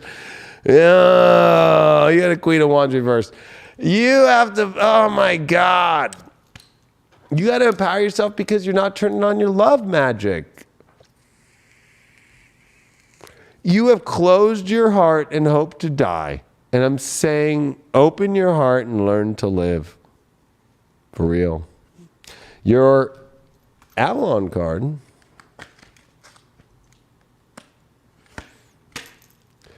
Oh, there you are. It's so weird. I channeled this motherfucker. I was channeling the door opening up and the wounded human ego. And then I was fucking channeling this. This is what you need to end and have the empowerment to get over this and be the queen of love and not be the goblin. You are channeling a goblin and the monster within. And talisman is what you're trying to need to do. And stop playing this moon thing. I asked if other people were doing it. No, they want to make beautiful things with you. And you've got all these desires. And you've got victory. And you've got fucking everything. What the fuck are you doing? Let's see what the fuck you're doing. I'm going to help you get the fuck out of this, Taurus. This is the card where I go, where are you being a dumbass the most? If you pay attention to this major that I'm picking right now, it'll help you feel like, you know what? This is the major energy that I am fucking doing that I need to stop. You got the Hermit. Oh my God. Oh, I'm an old hag. I can't move. I've got to follow my guiding light and just go slow. No. Take that fucking shit off and show who you are. And stop trying to look like these creepy celebrities in their weird fucking Illuminati outfits at the Super Bowl and shit, and hidden and be all like fucking all these like rappers and shit, be like, oh fuck yeah, oh my God, I'm so cool. Oh my God, so lame. Saturn, you got 6th house too. Aquarius, oh, well, time for you to try a whole different life because you keep limiting yourself on your lifestyle because you're living the one where you're too afraid to make a big, wild change. Back to you. Yeah, I think it is a kind of reality change, full moon for you. It's in your 6th house. So make tweaks and changes right now in life. That's going to help you find any kind of romance or anything that you're looking for in that regard. Like, little changes add up, and they can change your whole like routine, and they can give you more, I don't know, of something you might actually want to do and that you might be excited to do. There's something about breaking out here right now for you, Taurus. Your 11th house is stacked. Like, you can like be a revolutionary. You can like step up and change the world if you wanted to, or you can just be like a follower, or you could isolate yourself because you're not putting yourself out there. You're not making the little changes of like how you actually want to like go about your day-to-day life. So I think that Saturn's in your 10th house. Like, you got to dedicate to something right now. And if you do dedicate, you're going to be able to change. You can make a change in your life or in the world even. Like, that's how big it is for Tauruses right now. And I think with the North Node in your sign, like, it's the empowerment through what you want to really commit to, whatever it is. If it's love, if it's a career, commit to, but make sure that it's revolutionary for you. Make sure that it's like breaking chains. Like, don't be held back right now by some limiting story or limiting belief, and be willing to make the changes and to like kind of let go emotionally of what you thought everything was going to look like, and let something else kind of take you to what's really going to be some magic in your life. I think you got this. Yeah, the goblin's not really working too good. That was a funny card. Yeah. Don't come in my world. I don't want you to see me. I look like shit. Aquarius.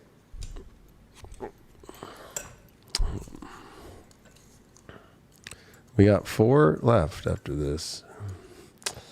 All right. You're going to get the Morgan Greer. Aquarius, you're screwed. No, I was kidding. It's over. It's over. Good luck. You actually have the best fucking gift ever.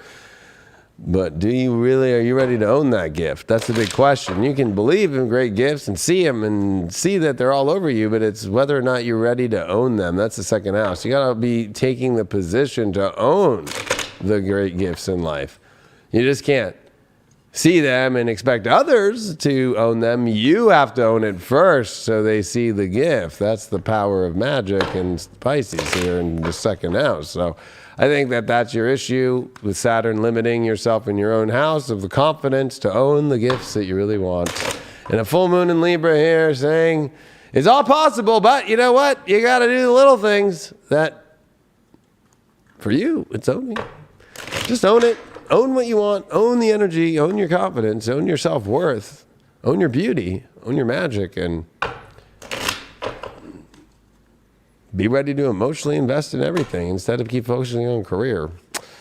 Well, let's see what's going on here. You got a Page of Cups reversed. You got the Star card reversed. You got the 9 of Swords overall with a jewel. Just kidding. And the 3 of Cups reversed.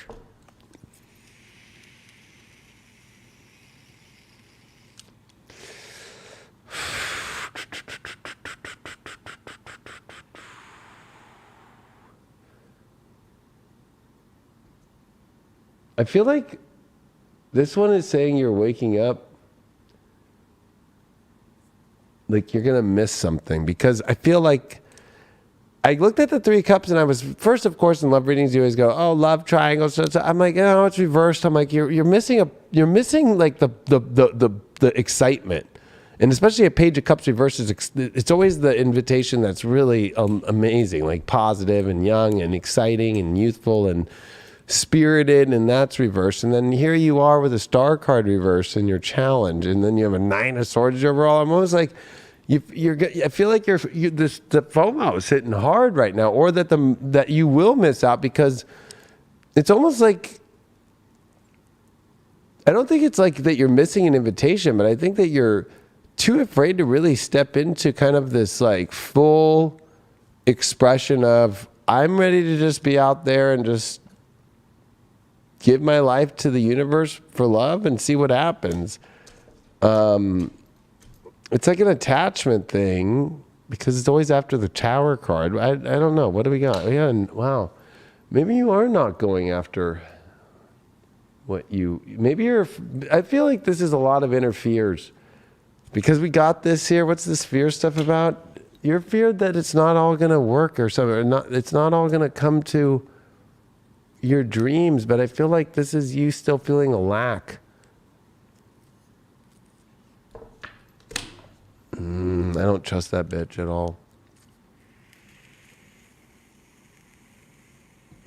I think that you're over sensitized emotionally. I think that you're being tricked in your own self. Like you're tricking yourself into thinking that things aren't going to be good. So you're accepting failure that hasn't happened yet. That's what I'm feeling. I think that you're accepting failure about a situation or a person or just your love life in general, that it's just not going to work out. And it's like, what? Or that I have to just accept things the way that they are, that they can't get better. And I'm just going to accept it. It's like, they can get way better. They could be way better. Your partnership could be way better. Your potential for a new partner, and if you're single, could be way better. Like, I almost feel like this is you having like a weird doubt. Like, what's up with this high priestess? Oh, behind her is, it's like, I know that friendship's important to you, but I almost feel like it's like serenity is what you seek. But I feel like you're like accepting that serenity isn't fully real. Serenity is real only in maybe my own way, in my own self. I feel like this is that there's way more serenity out there for you that you have never experienced before by being more vulnerable and by the more that you're letting go of the path that you are trying to control and by leaping more towards happiness and leaping more towards maybe making more invites, maybe, it's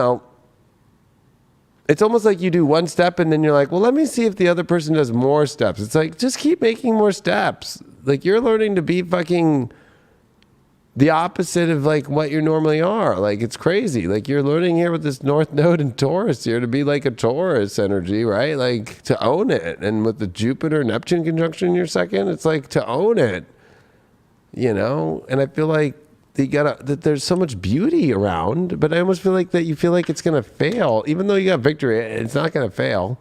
And why aren't you leaping? It's not as much work as you think it is.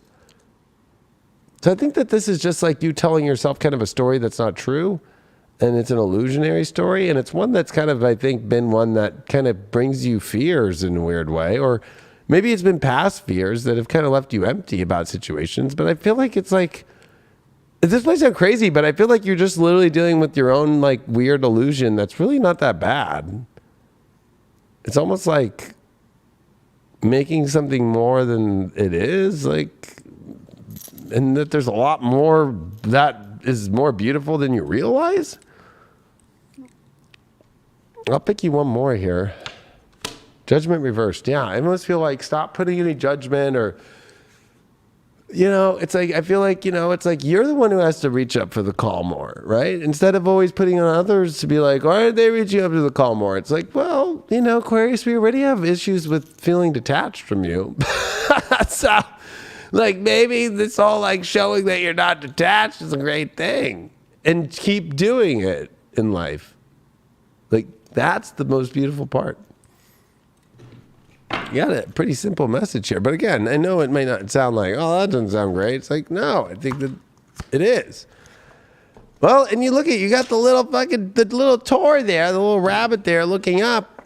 And that little rabbit's all about connection, truth, clarity, and it's all about that place of source. So I think it's like, you can own the truth. You could have that place that little rabbit wants to go and have, but I almost feel like that you're the rabbit who doesn't believe in it, and that's the truth, is that you can go up to that mountain, you can have all of it. It's not that hard of a deal, but you got to leap towards it like a little rabbit.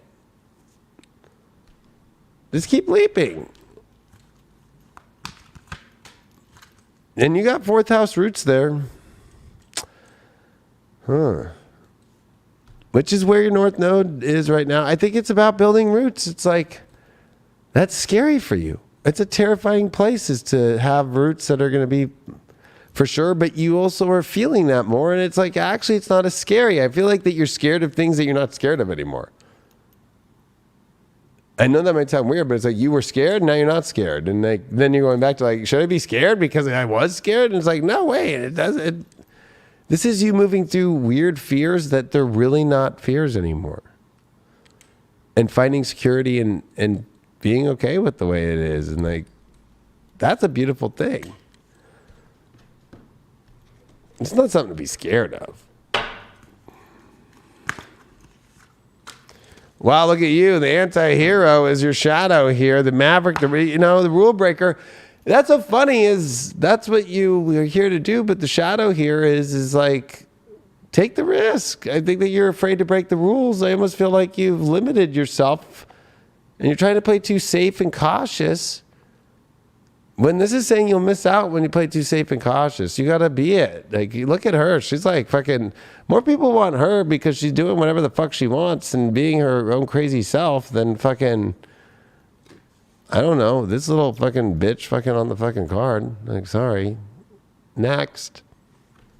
I'll take that anti-hero any fucking day. You know? Like, interesting that you did pull that. What'd you get Ganesh-wise here? You got relaxation. I feel like this is moving you to a place to relax more and to relax into things and stop tripping. Even though I don't think you're like hardcore tripping, but I feel like you're tripping over nothing. Yeah, King of Swords reversed. I feel like you're way too trying to analytically figure things out and have the understanding of it all. It's like, relax. Relax. Chill out. The more that you chill and the more that you feel like, trust me, Aquarius, to get next to an Aquarius and have them feel chilled out, that's fucking gnarly. They always got to go and they always got to always disconnect in a place. Like, the more that we feel like, wow, I can just chill here and you want to chill, that's a fucking place that fucking builds the roots that we want to see in life.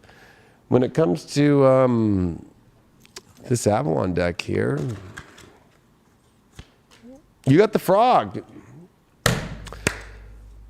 You know, that's cleaning house, releasing your emotional baggage, which I think this is what a lot of this is. And it's emotional fear baggage, I feel. And I think that you've cleaned house. And I think that you are wanting to clean house again, but there's nothing to clean. Like, you've cleaned, and it's like, go keep leaping towards the direction. And I kept feeling that even with you got the rabbit and the frog that both hop and leap. Like, just keep leapfrogging and keep hopping.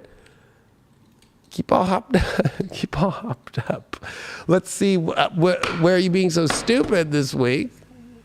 I'll help you get through why you're being so stupid. Pay attention to this card, and this is going to be showing you where you're being dumb and what's fucking things up. The Hierophant, your beliefs. Oh, it's always going to be that way. And that's what I was saying is I kept saying that this was just some internal belief thing, this internal weird shit. Stop committing to some sort of belief system that things are always going to be this way and this is what happens every time this happens, and you'll find wonders. Your astro dice for this week are, it came off. Oh, that's twice off. Oh, that's 11th house. That's Mercury. That's Virgo. I think that your ideas about the world need to be just purified and take the basic understanding how other people's realities work and how to integrate into those realities. And then they'll understand and want to be in yours more. You know, it's hard, Aquarius, I know, because we always got to find you on a satellite. You know what I mean? Like, where the fuck are they? Like, get the fucking Hubble up. Where the fuck did they go? It's a lot easier when you talk to people and you talk to them about them, then they're able to understand and feel like that you understand them and they feel like that you're involved more. Back to you. All right, Aquarius. Well, I think full moon in the 9th here is kind of like releasing this emotional attachment to that you have all the answers or that you have everything figured out right now. Like, kind of let that go. Surrender to actually like the truth, of the matter, like what makes sense. Also, you can learn from other people, or you can learn just from like committing to yourself right now and like breaking out. I think with Saturn in Aquarius still and square the nodes here in especially the North Node, in your fourth. Like, you got to get back to who you are and kind of like own that. And that's that second house stuff that David was talking about with all the Pisces energy. You are valuable, you are worth it, and you have to like know that within yourself right now to change your own story of what you think you know, or what you think other people are going to do, or what you think the world's going to do, or what you think your environment's going to do. Actually, you don't know. You just have to be confident and identify with your unique self and whatever that is, and you'll probably get everything you want. So, I don't know. You just feel what you want in life right now. Feel the story change, and it'll change for you. Because your feelings are very important, and if you just suppress those, you're not going to be able to identify with who you really are, because guess what? Your emotions are part of you. Very well put.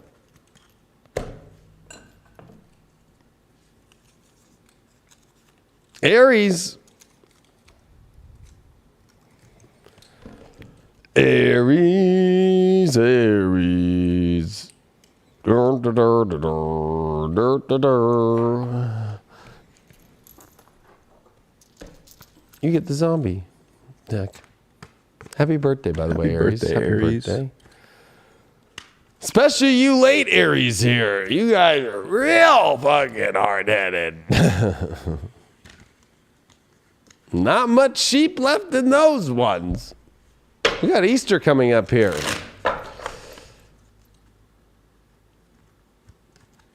My mom's birthday's coming up. Boom. The 14th. Well, happy birthday to your mom. Oh, thank you. I'll pass the message along. I use the zombie deck to give extreme clarity about situations from a whole different set of ways of looking at things. That's why I use it. So don't think you're a zombie. Aries, you got the Lover's card. You got the best card fucking out of everybody now. You just surpassed Taurus. King of Wands reversed is your challenge. You got the Wheel of Fortune reversed, and you got the Temperance card reversed. You got a lot of major arcanas here. That Lovers, though, is the first thing that sticks out to me. Who is the ultimate lover for you is the big question, especially with that King of Wands in reverse. The Love King is reversed, and it's in your challenge. You're having some issues on who to commit to. And that Wheel of Fortune here is like, well, I don't think it's good fortune happening, but it's almost like you're afraid of letting the wheel turn to where it's supposed to naturally go, and that's the thing, is Temperance reversed. Oh, the Temperance is, you know, this balance between the injection of zombie fluid or not.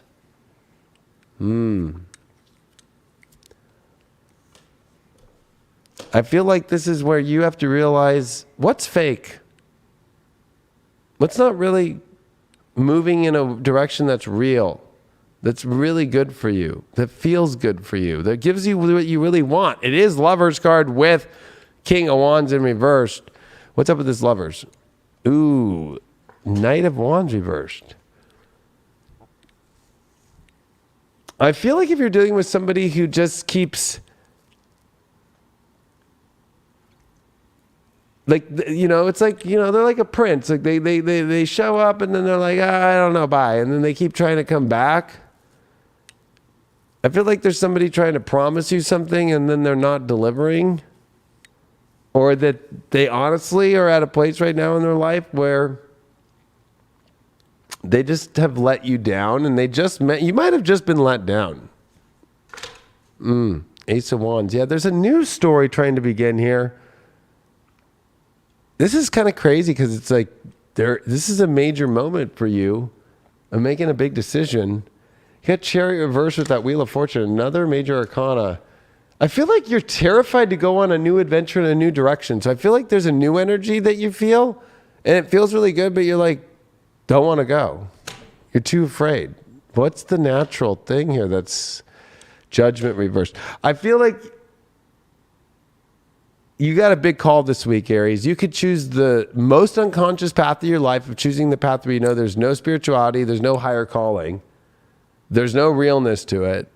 You are doing it because you just want to control things and you want some sense of control, even though honestly it's not there and it's not taking you to where you want to go. Or you could go to where you really want to go, but it's going to be a little scary because it's like fate's going to turn your whole life around to where you really want to go. You're afraid of where you really want to go, and it's going to bring you real love, and it's going to bring you happiness, and it's going to bring you to a higher calling, and it's going to feel natural. I know that sounds crazy, but it's like you're too afraid of it's a lot like the whole, it's like, oh, you could just take this and have the fake version of the you-know-what, and you'll be fine, and then it all doesn't go that way. And you've already done that before, so you're really going to try to take a fourth boost to this relationship? Or are you ready to go, I'm ready to fucking take this shit on naturally? And the real natural thing that feels good, I feel like you have a choice here. What's up with that choice? Two of Wands reversed. Yeah. It's like, I think that it's easy to understand the choice. It's like the world that you want and the world that you don't want. There's a world with somebody that you want that actually holds the world that you want. And then there's a world with somebody that doesn't hold the world that you want at all. And it's very clear, Aries. You just make that choice based off, that's the world I want to have with the person that I want to have a world with. Because they have the world, or they want the same world that I want. Instead of going, oh, you know what, I'm going to just fucking take this person's world that fucking really doesn't work with mine at all. And they don't even have the same spiritual beliefs of the judgment reverse. They don't know how to be natural with who they are energetically. They might even have the... And that's your last card here, which is the Five of Pentacles, which is, you've got to make a choice, though, because at some point you just don't want to be walking around Biden's America in the next 6 months with no food around and just be scavenging. And you don't want to make that choice with the energy, which isn't the world that you want. Honestly, Knight of Wands reverse is somebody who, they don't even know how to be the King of Wands, which is your challenge in reverse. So it's like they don't even know how to be the energy of love.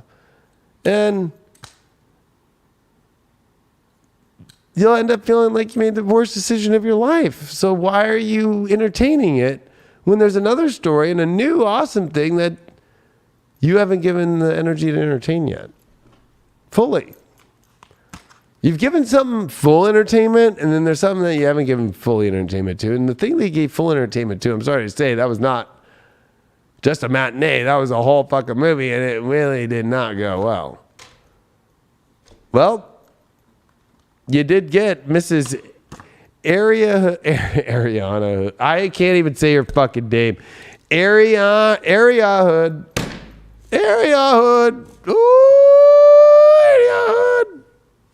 But it's, look at that, life direction. And it's, of course, autonomy. But the big thing is it's fate. And that's what I'm saying is in the karma. There's a fated karmic aspect happening extreme here. And I know it's a big decision, but you have to make that life direction decision. What's the life direction you want? Do you want to have a kid? Does that person want to have a kid? Do you want to get married? Does that person want to get married? Do you want to have a house with this person? Does this person want to have a house? Do they have the same belief system as you? Do they have the same spiritual beliefs? Do they have that? Like, it's very simple. It's all karmic coming up, though. Damn, Aries.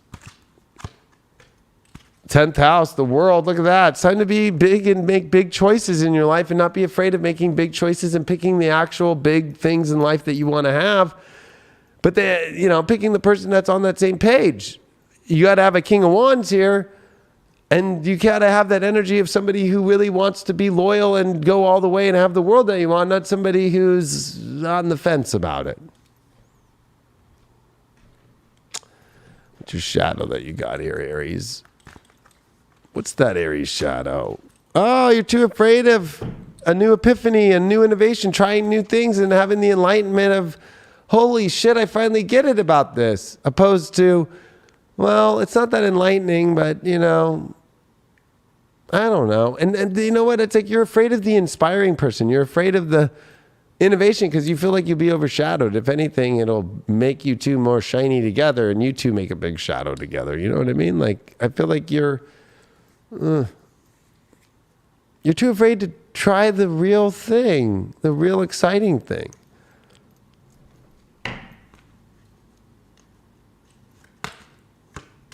You got delight. I feel like it's like where you feel like it's like super comfortable and like you can be in that delightful place and you just like feel like it's a wondrous, beautiful energy. And it's delightful and it's But if you want to be frightful and delightful, that's the choice. Frightful or delightful.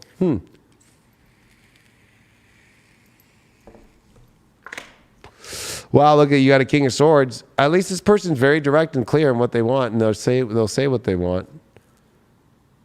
That's going to be the big choice for you this week. Is like, in order to find the delight, it's like strong conversation, strong ability to have intellectual aspects, but also very clear when you ask them a question, they'll give you a direct answer instead of, I don't know. And your Avalon card is, let's see what the Avalon card here is. The Swan, which is the transformation, and it is trusting the psychic gift. So you need to, where is your psychic energy seeing it? And it's the Swan, that's Swan Lake. It's opening up to the place and the beautiful energy and where to go. And where's your psychic energy opening this door to? What is the dumbass that you're being? How dumb are you being? How can we help you through picking a major to see how you can get through the major issues that you're fucking your love life up with? That's why I do this segment here. What's going on? The Star card reversed. Stop trying to fucking start something new with something that has been a long time of restarts and restarts and restarts and restarts and restarts and restarts, and the motor never goes. I feel like, it's one thing if you tried something once, but didn't really go anywhere. Maybe that was dating. It's another when you've been in a relationship with somebody and you keep trying to make it work. This is getting over the relationships that you try to keep making something work and it doesn't keep working, and you've gone all the way, and then it's like, what? No.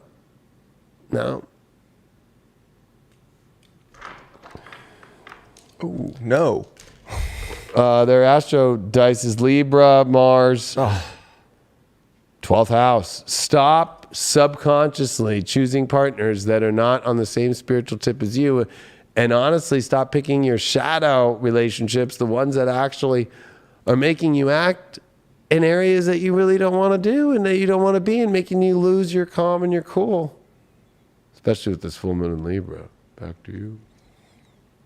I jumped the gun on that one. That's all good. But Aries like that. Yeah, I'm all Aries rising. Jump the gun. All right, Aries, happy birthday. Full moon in your 7th house, square Pluto. And then all the 12th house stuff that you're going through, and Mars, your chart ruler, coming into that 12th house. Yeah, this is big decisions here about relationships. And you can't keep going backwards. You can't keep repeating things. Like, you got to figure out what you want to start and who you want to start it with and what's in alignment and what's fully connected. And I think that's the issue too with Saturn in your 11th house and square the nodes in your 2nd and 8th, is that you have to commit to reinventing your relationships with people and love and yourself especially. And if you can commit to that and you can hold yourself at a high level of value right now, then you can have a lot of things find you and you can attract a lot. But if you're just expecting to keep repeating cycles and get the return on investment that you're looking for, you're not going to find the value, and you're not going to find a way to put your strong identity out there. And you're going to feel like you're beating your head up against a wall because the universe isn't going to open up the doors because you're not listening to your soul and dedicating to the right things that have to be in spiritual alignment right now for merge to happen or for you to actually build something you want. So it's definitely a big time, but you got this. Happy birthday. And don't let a relationship hold you back from your destiny, because I think that's the big part for you with Pluto in your 10th here, is you have a big destiny to go after and big shoes to fill. And God's got you, but it's almost like people could be your karmic lesson right now, or relationships that keep you from building something that you really want. So pay attention to that. Boom. Especially this big full moon for them, and Libra is so big, and with square to Pluto and their 10th, it's picking the right person on the right direction, not the wrong one. Virgo. After Virgo, we have 2 more, which I think we have Scorpio, if I remember right, and What is that? scanning Libra. The two most toxic to be around together in a relationship is Scorpio Libra. I put an X on it whenever a Scorpio Libra tries to tell me, I'm a Libra with a Scorpio. I'm a Scorpio with a Libra. Oh, get the fuck out of that. All right, Virgo.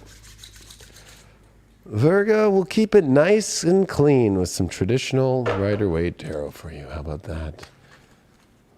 Well, if there's anybody who's got the most relationship fucking planets now, fucking of all time, it's you.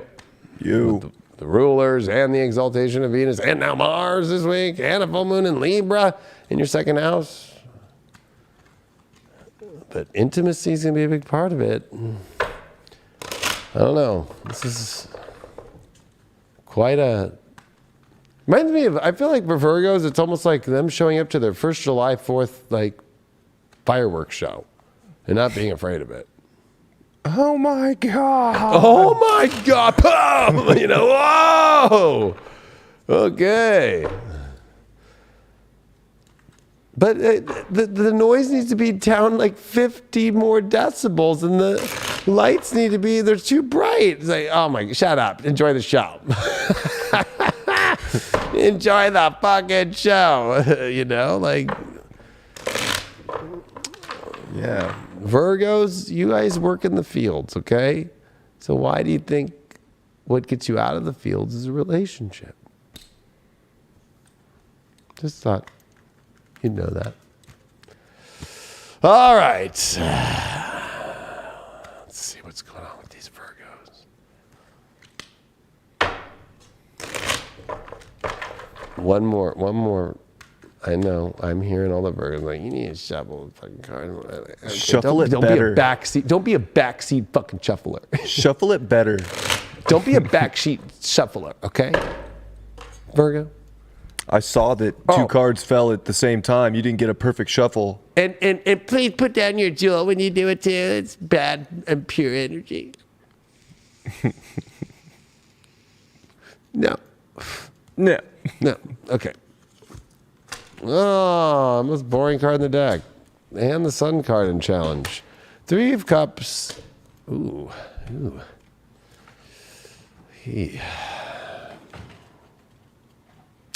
Well,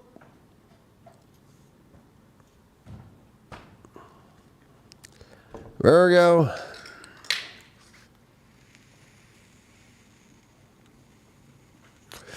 I see 2 choices. I see a challenge with the Sun card in between. Your true authentic self, your soul having an issue because you're either choosing a life of boring work and, to be honest with you, exchanges for relationships, money-wise, or I also see another problem, though. I actually see this as like,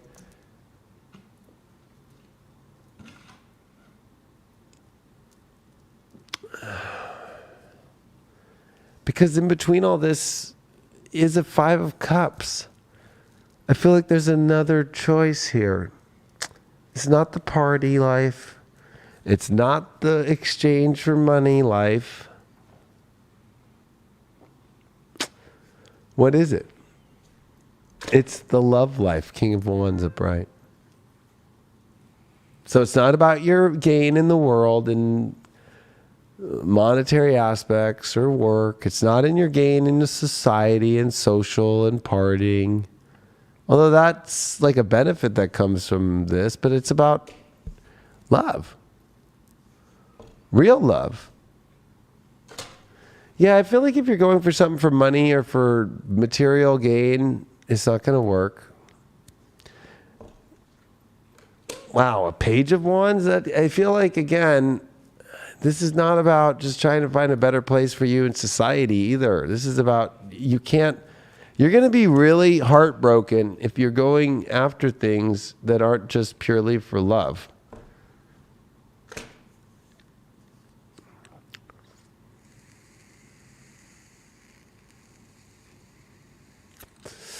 I almost feel like, too, that, you know, this is a big spiritual test for you right now, is if you're really knowing how to go for love or if it's for all these other things. Well, it's for my career, that's fulfilling me. Is it And like social status, is it for money? Oh, that makes me get the nice, beautiful things. Look at that.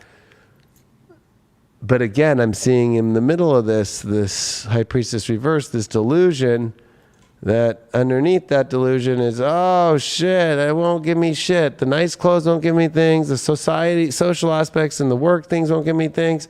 And I won't really be my true self, and I won't get the true happiness in my life. That's what I'm seeing here. Oh, wow. And you want marriage too and all the good things?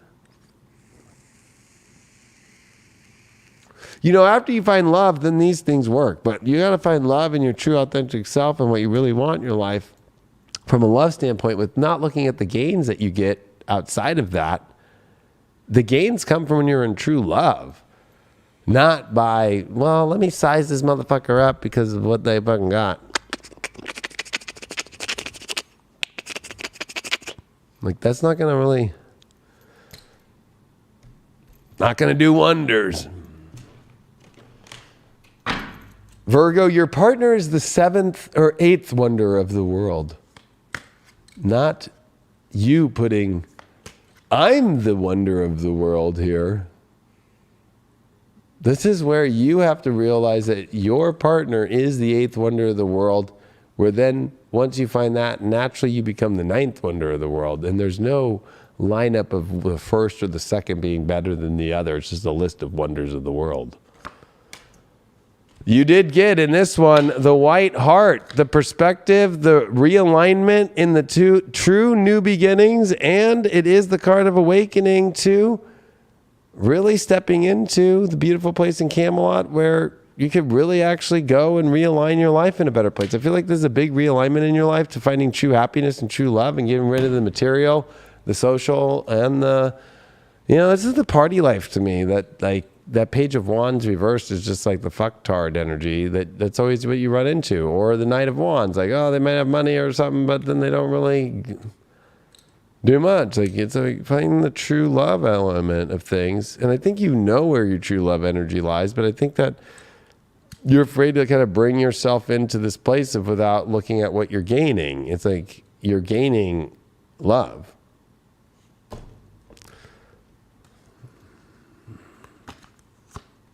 You got the Mars card. That one's popping up a lot. This is about your identity. It also is about, you know, the actions that you're taking of your true identity and self and towards the energy. I mean, this is a great lineup, but you do have that deceptive element. Don't keep driving towards this. Well, I think I intuitively know, but it's all geared towards material or all geared towards emotional satisfaction in more of a social way. I feel like, you know, you want to drive right now towards the center of like just love. Who knows what's going to come after the love? You know, that always ruins relationships, especially in Pisces. Like, right? For you, all this Pisces is the imagination of love is going to bring me God's gifts, and you can't define what God's gifts are. So I think that you have to get out of this kind of trying to define the gifts, but drive into the divine gifts that will be shown. You did get natural, which is ever naturally, real, and organically. That might seem crazy to you. I almost feel like it's like, oh my God, this is crazy. This is what naturally feels the best for me in my life. And it might go against all the ways that you believe what you thought was naturally supposed to be. Let's see what Ganesha's got to say. You got the steadfastness. You know, it's like, stay steadfast on the true identity of your happiness and love, and you'll be able to go anywhere. Not just a material route, or not just fucking what you're going to gain socially or what you're going to gain that's going to make you feel excited in a weird way of all these other things in the love. This is about you stepping out of the external parts of the love and just focusing on the nucleus of the love and staying steadfast there and watching the explosion that comes from there. Like I said, the July 4th, like extravaganza, like, wow. That's where things start to pop off in life. Why'd you get this? Yeah, that's, you know, if you stay steadfast on love, then you can really build just love, love, love, love, love, love, love, love, love, and it'll be so strong. Instead of like, you know, again, focused more on the material stuff. I keep pulling all this material and kind of like emotionally fulfilling, but not from like the love element, but more of your own self-fulfilling emotional stuff. What is the Avalon card that you got here? You got the dragon here, which this card always has to deal with, of course, power and strength. Power and the power of love and the dragon energy. I feel like this is you realizing how much more power you have when you're just like picking an energy for love, basic, which is not really basic, but it's just like, that's what you're supposed to do, Virgo, right? Keep it basic. I think that you're adding too much on top of what the love will offer. Just focus on the love and see the power and the strength of the love, and it'll offer everything that you can't even define, whatever it wants to be, but you have to be in that love position first before you really see where that is. So that's the big transformation. How can I help you be so smart instead of so stupid? What are you doing that's so stupid in your love life right now? This is the major part where I pick from the majors and I see what the fuck's going on here. You get the Tower card. So again, focused on too many big things that will end up crushing and falling. But love, if you focus on love, it can never fall and crash. The gold, the materials, and all this stuff. Like, I keep getting this material world that you're obsessed with, or what you're going to gain, or what it's going to do, or how you're going to position yourself. Like, stop. Not going to go down well if you're going from that place. Or if you're in a relationship right now that it's based off those things, it's coming to crash down. Sag, 6th house, Neptune. Wow, this is you and your belief systems about reality having to change, that honestly that they were delusion, and you're having to be vulnerable about realizing that you don't know how life's going to go, and that you can't believe that life's supposed to be a specific way. You have to be more flexible, be more compassionate, and be more understanding, and you'll learn more by going with the flow of however reality is, instead of always being more toxic by thinking that life should be a certain way all the time. Back to you, Brian. Yeah, full moon in the second. This brings up a lot about money stuff. And money doesn't buy love. It's not going to buy you the perfect relationship. Oh, and by the way, your 7th house is Pisces. Perfect doesn't exist in other people. And maybe that's part of this. Maybe it's also seeing that reflection of where you're expecting other people to buy your love or to show you your self-worth and value. This is like a release of that. Like, no, I'm changing the story. Your ruling planet's Mercury. I haven't even talked about Mercury once in any of the signs, but I am for you. It's meeting with Uranus in your 9th house, and the North Node's in your 9th house. You can radically shift your environment and your mind and your story, and Saturn's in your 6th square these nodes. So it's like, also Aquarius 6th house, like Virgos have to be different in their routine. If you just do the same thing over and over again, or with love or with people, you're not going to individuate, and you're not going to do your own thing, and you're going to be looking for like some transaction. So I think this is a big one where you can like really find more depth than just the surface level by shifting your story in your own mind to find the really magical love situation, and to not repeat toxic patterns, but to be open to the fireworks show of love that can show up in your life by like literally like tweaking it. I feel like it's not even big things. It's like little tweaks will help you find the perfection in an imperfect universe, and the perfection in other people, and to see that light and to see where a story can go. Because this is the biggest relationship transit for anybody in the world, and you get it. So it's your relationship big transit. So go into that story and stop going into just old patterns or old, no, I'm just going to stick in this because it fits my routine. No, break the routine. It's the only way you're going to get the magic. Boom. Last two, Libra, Scorpio. Who's it going to be? It's Libra first, Scorpio last. Libra, pulling out the Morgan Greer for you. Let's see what it brings. You got a big full moon in your sign. We got the sun in your relationship house. We've got a lot in Pisces. This is about a whole change of your whole reality. And I know that might sound scary as fuck, because I think that you want to have everything set so perfectly, but that's the illusion. Virgo is your illusionary house, that reality is perfect. when it's actually more chaotic. And the more chaotic it is, the more it takes you to better places in many ways. And I think that that's hard for you to sometimes accept. This is about really learning to accept that when reality is not divinely guided and not in a divine place and has become too toxic, that it's washing it away. And so I think that you are being washed away of relationships that don't offer you pure and good reality, and you can't feel bad about it. And it's usually a big mirror reflection of whether or not you're doing well, Libra, is the relationship you're in.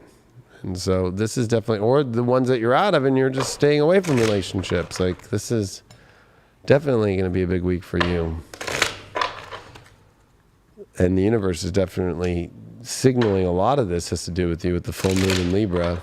Square Pluto, which happens to be in your 4th. Libra's having to get deeper emotionally. You'd think that Aquarius is the disconnected one. You know who's the most disconnected? Libra. Yep. Let's see what's going on. You got a Knight of Cups. You got an 8 of Cups as your challenge. You got a Hangman as your overall, and you got a Knight of Wands there as your way through this in reverse, though. You get a lot of cards that just fly down. But you know what? I am saying that here you are. You have this courage emotionally to finally move towards, but your issue is you're too afraid to walk away. Why are you afraid to walk away of the energy that makes you feel stuck? Because you don't think that there'll be anything else out there. I'm going to go to this 8 of Cups because this is the challenge. Why are you so afraid to walk away?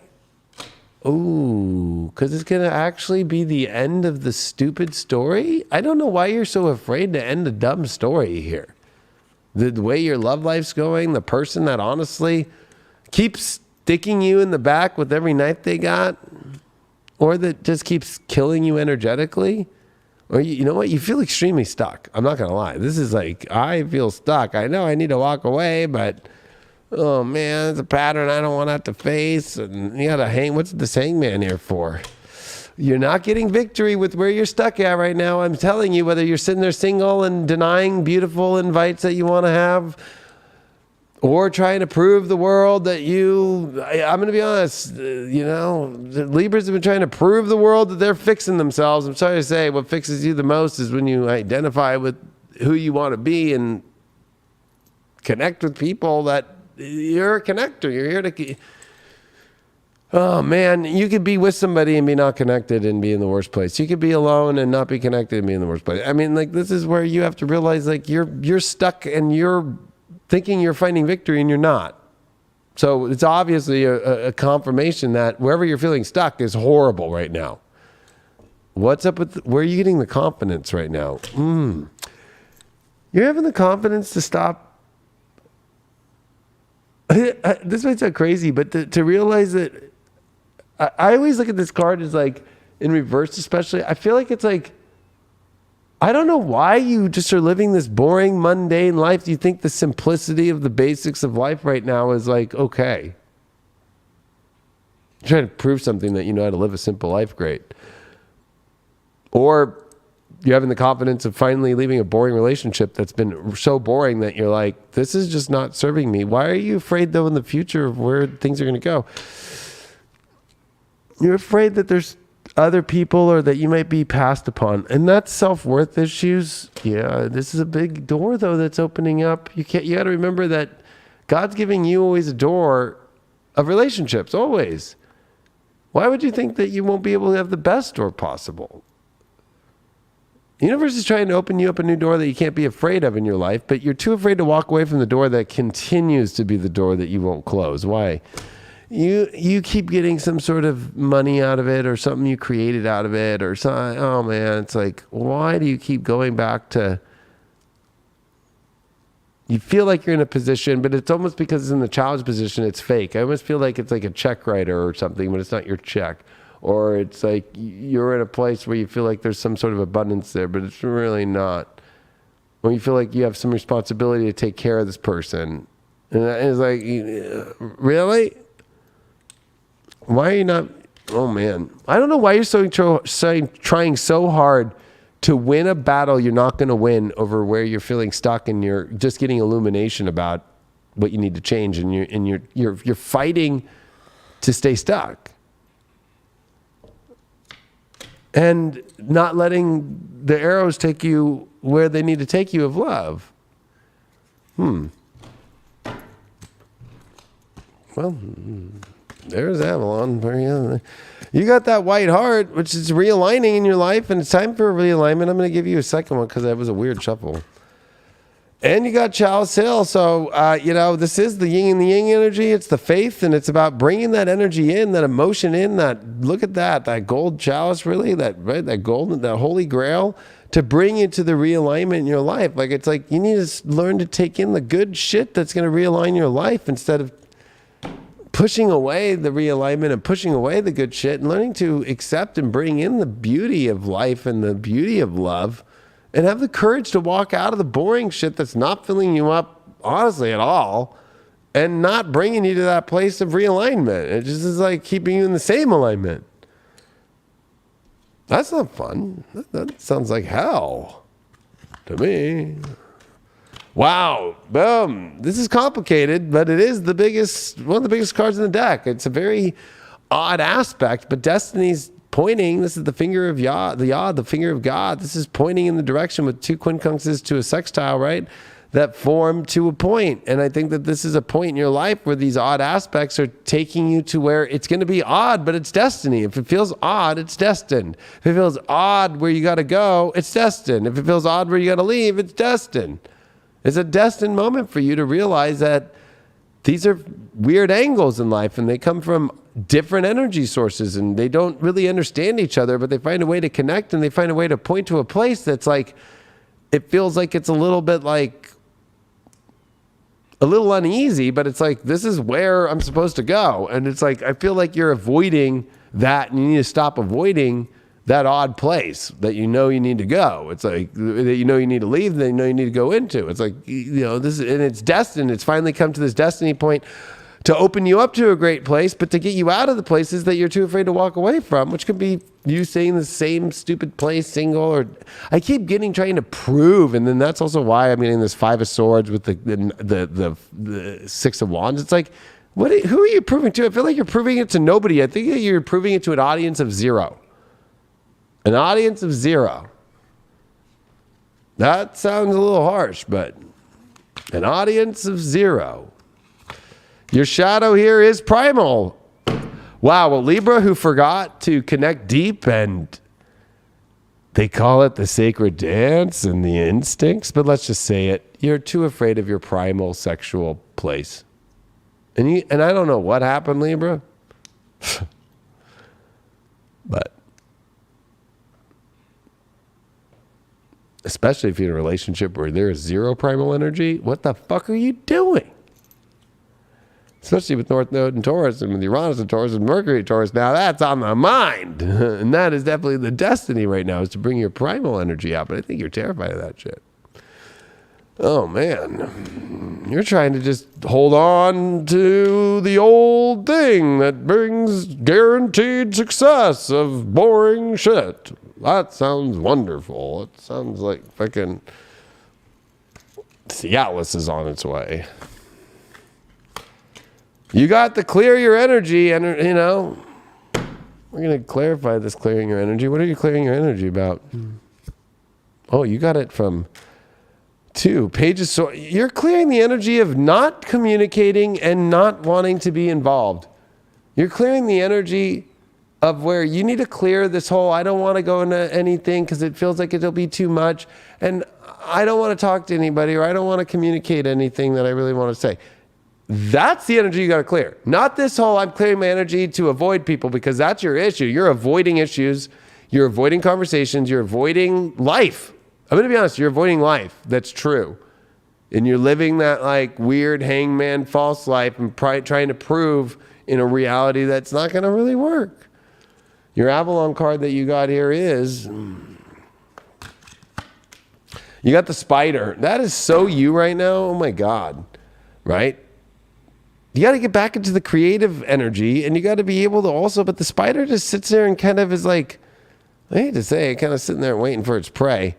But I got a feeling too, it's also like, I feel like you're just like needing to use that this card brings up the creative projects, the creative energy, and you got your shadow as that primal card. So it's like, You're not playing that out. You're not playing your creativity. So nothing is being really creatively. It's like, again, and especially because you got the most boring card in the deck with that Knight of Cups. It's like you're too afraid to leave the boring energy. You're too afraid to get back in the game of truth and power and passion. That's what I'm sensing here. I'll give you one on that spot. Yeah, that's where your serenity is. Oh, man. That's where the good memories come from. I guarantee you, none of your good memories came from the idea of what Libras are as this balanced, peaceful place. No, the good shit for you, Taurus, is in the 8th house, primal. So, I don't know what to tell you. Let's see. How can I help you not be so dumb anymore and get you out of this fucking craziness and get you out of your own fog right now by using one of the major arcana to help you understand what to stop doing right now. And I even use it with the reversals. You got the Wheel of Fortune reverse. Oh, you know what? I don't want my life to change. That is your problem. I don't want good fortune to come in. I'm going to just stay in horrible fortune. Wonderful. No, stop that shit. Let good fortune come in your life. Don't be afraid for life to change and move. Moon in Capricorn in the 1st. Wow. Yeah, it's time for you to engage more in life and actually emotionally be more tough and actually show who you are and get what you want in your life instead of, no, I'm okay. Back to you. Yeah, full moon the 1st. This is your identification kind of coming up to the surface so you can see kind of every little thing about the direction that you're going in life right now. And you are the relationship sign. It's Aries season. And I don't know. I feel like for Libras right now, it's like you got to stop pointing the finger too at other people and take a little bit of that emotional responsibility on to yourself, especially with Pluto in square to that in your 4th house. Like, you got to really like get into what your emotional responsibility is and put that out there and not expect maybe other people to just know. I think that might be something too, but I think it's also the passion in life. North Node and Uranus in your 8th house, like you got to kind of like really go for the ultimate merger right now. And Saturn in the 5th house is like this love blocker for Libras. And it's like, get over that. Like, commit to love, commit to a foundation within yourself, and you're going to attract in exactly what you want in life. But you have to like also look at like your own emotions and pay attention to those and not just make it all about, I don't know, make it all about like some physical thing. Like it's got to have that emotional thing to it too. Your emotions and the other person's emotions are very important right now.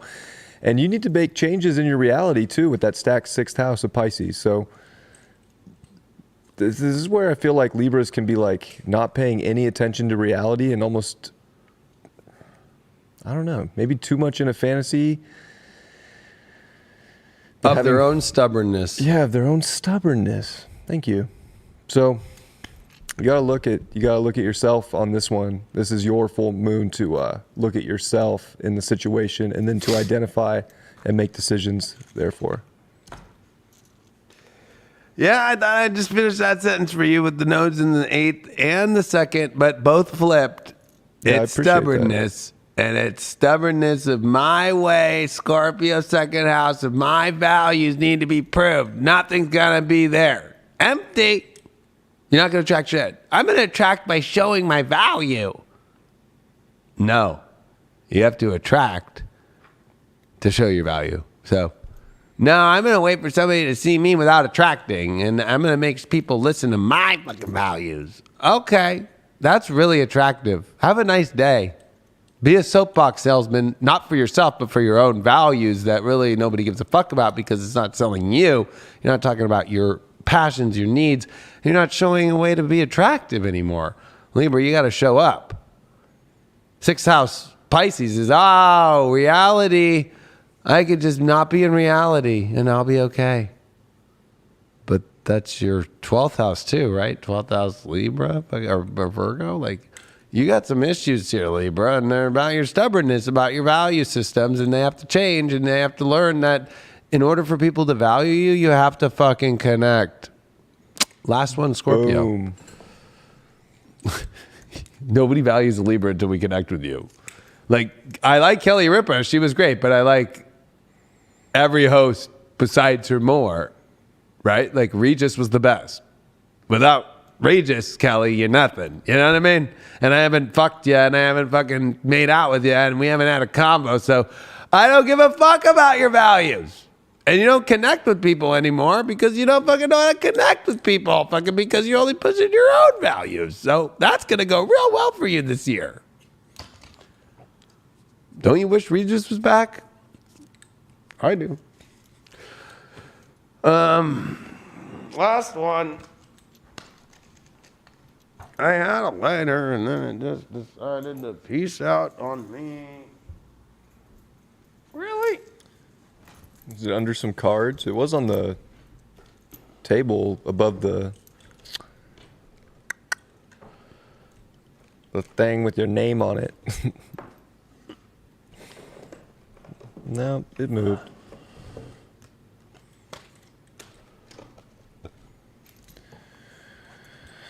Well, Gosh darn it. darn lighters. They always disappear, right? It's very scorpionic. Not really. I really don't lose lighters. I lose jewels, but I don't lose lighters. You gotta be kidding me right now. No, no lighter. It's gone. It was just... Oh, here's one right here. I have a backup. On the floor. I wanted to do this for you, Scorpio. I know this is going to be the most intense fucking reading that we are going to do in your life. Nobody has the fucking fifth house more popping than you in our whole lives, okay? With the rulers that are good. It's a big deal, Scorpio. I pulled out a smoke for you. I want to put the best energy in this reading because I want the most for you. And whatever comes out of this reading, just you follow you. But whatever resonates, resonates. But at the same time, when the South Node's in your own sign, I know you want to do it your way and sing like fucking, sing that song from fucking Frank Sinatra all day, but it's not going to work that way. So,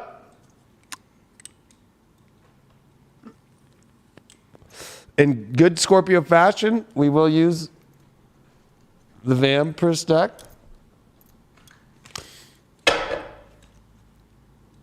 You have anything to say, Brian?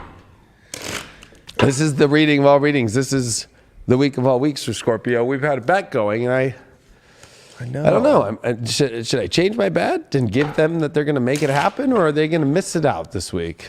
I'm ready to change my bet. What's your bet going to be?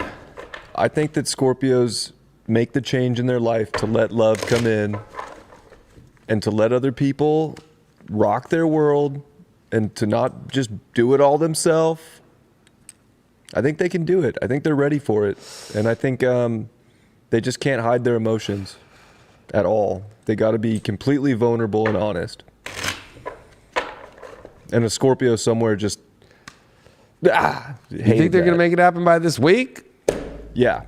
You think so? Some Scorpio out there is going to make it happen. Some Scorpio. Not all of them. Come on. Well, that's the bet. The bet is on, are all Scorpios going to fuck this one up? No, not all Scorpios are going to fuck this up. All right. But some will.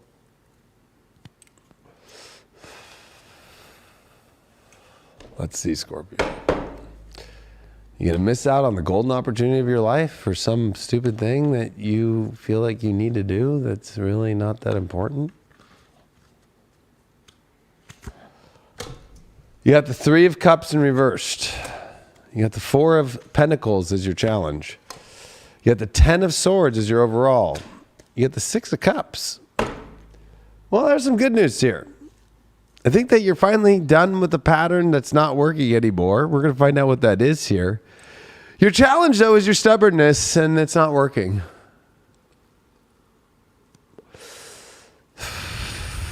Not letting anybody in that fucking Scorpio castle, are you? No, not all the way. And I'm sorry to say, this Three of Cups here in reversed, you know, wanting to have this good time No. When love comes. No, it's more like, we only have a good time if we're having fucked up and getting fucked up, or we're having a party. No, that's not working. This is about ending patterns for you and trying something totally different and actually building the emotional place that really is going to make you happy, like a full goblet of the blood you've always wanted to have. Looking out the window. It's like having tea in the morning. Peaceful place. Serenity.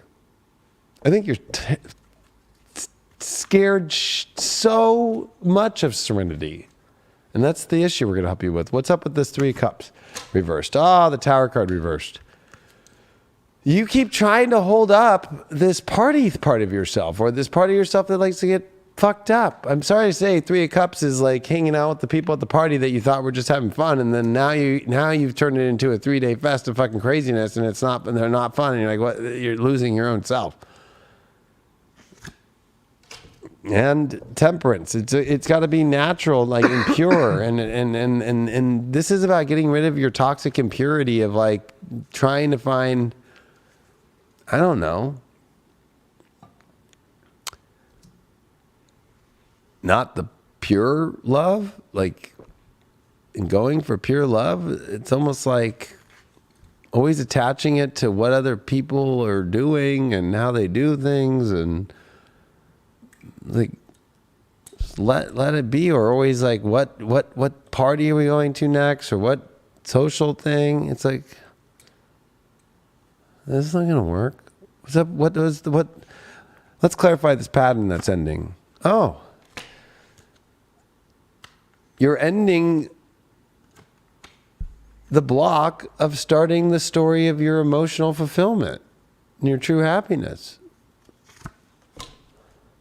And you got the King of Pentacles there. That's where you'll make everything happen, but you got to open the door of the emotional life that you want to have. You can't gain all the things you want in your life and not have the emotional place that you want to have and the emotional story that you want to start. What's up with this beautiful place here? 3 of Pentacles, where you can actually create the life that you actually wanted and do the talents that you want to do, and get up in the morning and drink your blood and fucking, get in there and start playing with spider webs and creating whatever the fuck you want. What's your overall here? Fucking, wow. You got to communicate, and you got to move fast, and you got to like be smart here, and you got to like look for the spark of new. I mean, I feel like this is a definite part of you where it's like, communication's key, and seeing the life that you want and acting on it instead of being so stubborn. How do you get over the stubbornness and saying the devil? You are fucking around with the dark when you are so stubborn and you want to stay in a place. You feel empty, you feel trapped, and you got to get out of this trapped energy. And it's like, all you have to do is make the call. You don't think you need to be rescued, but I think that you need to like rescue yourself here in many ways, of like holding yourself back by the party, the social, and you got the devil card here. And I feel like it's with that stubbornness. It's like, you don't want to change the way things are, even though you hate the way things are, but it's like the devil, and you're too afraid to tell the devil, I'm done. And hey, I'm going to go towards the beautiful place. Where you need to connect with. Look at that. You pulled the Lovers. I'm like telling you, are you going to choose love, or are you going to choose fucking this weird, slimy fucking space with the devil? You have a big choice here.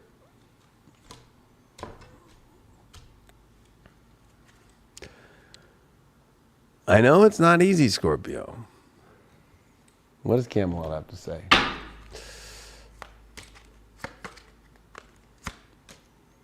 The Lady of the Lake. It's time for the magic to come out of nowhere here. It's time for the mystery of the new place that's offering you Excalibur, that's offering you the ticket to power in Camelot. It's not about missing this opportunity. The Lady of the Lake, she's magical. She's not somebody that you just conjure up whenever you want. This is not a moment in your life that is just normally comes around. Like, this is where the calling has come. She's the true goddess energy. She knows her power, and she knows what she can give. And this is your time to go do it instead of retreat to these places that make you feel dark in yourself and that don't really light up your life and that block your everlasting happiness and the love of your life. You're blocking, I don't know why you're blocking the love of your life. You can blame it on every excuse, emotional, to you've gone through this, to you're with these bad energies, and they're too, I have to do. Come on. That's fucking weak ass excuses.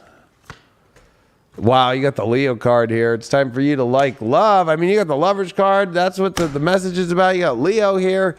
It's time to have the will to actually have love in your life and go into the bright side of the road. Scorpio, the North Node in Taurus right now for the next fucking over a year. The solar eclipse coming in your relationship house. The fucking Jupiter, Neptune in your 5th. Mars in your 5th. Venus in your 5th. And Pisces here. Oh my God. North Node in the 7th house. All this Leo energy of going to the brighter side of the road. Get out of the dark side. Get out of the side where you're retreating into fucking the basic bullshit that you think is exciting when you know it's not. What's your shadow?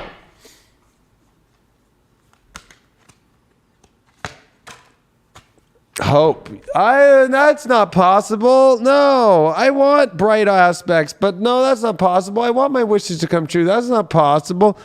I want to have anticipation. No, I'm not going to anticipate any good things to happen. That's your problem. I don't know who could have a better fucking reading. But also at the same time, a reading that could be so fucked up because you want to be addicted to some bullshit and some small life and some dark shit and some shit that really is not worth your time that you think's important, that's fucking the devil, that's fucking keeping you attached to fucking bullshit and blocking the most beautiful life of your life. Wow. Hey, no judgment. I've fucked up before too, so you can join the club with me if you want. Beginnings, new beginnings. This is your fucking card. You got the number 1 card. I'll fucking get out shot. There you are, new beginnings. But if you want to be in this life, which was reversed, remember, with the devil, you really want to keep doing this? This is a real, it might be enticing. It might look really good, but maybe this looks a lot better. Look at how she turns into that with the Lovers. We're clarifying that.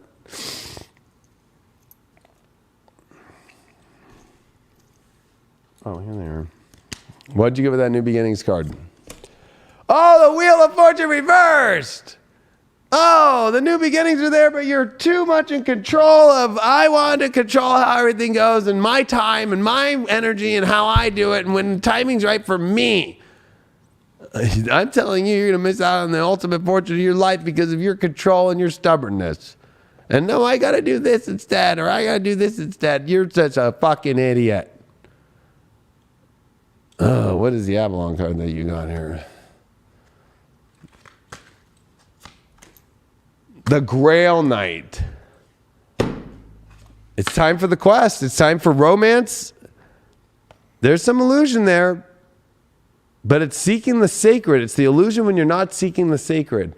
It's time to go on the sacred mission of the ultimate love, and that's also the sacrifice that the Grail Knight makes for the higher good.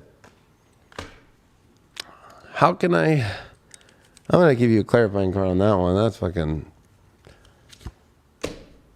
5 of Pentacles reversed. Stop being the victim and being in victim places and being taken advantage of. But actually, it's because you keep playing the victim and you just kind of like getting taken advantage of in shitty places, or keep feeding your fucking wounds and keep picking at them like a scab. Ugh.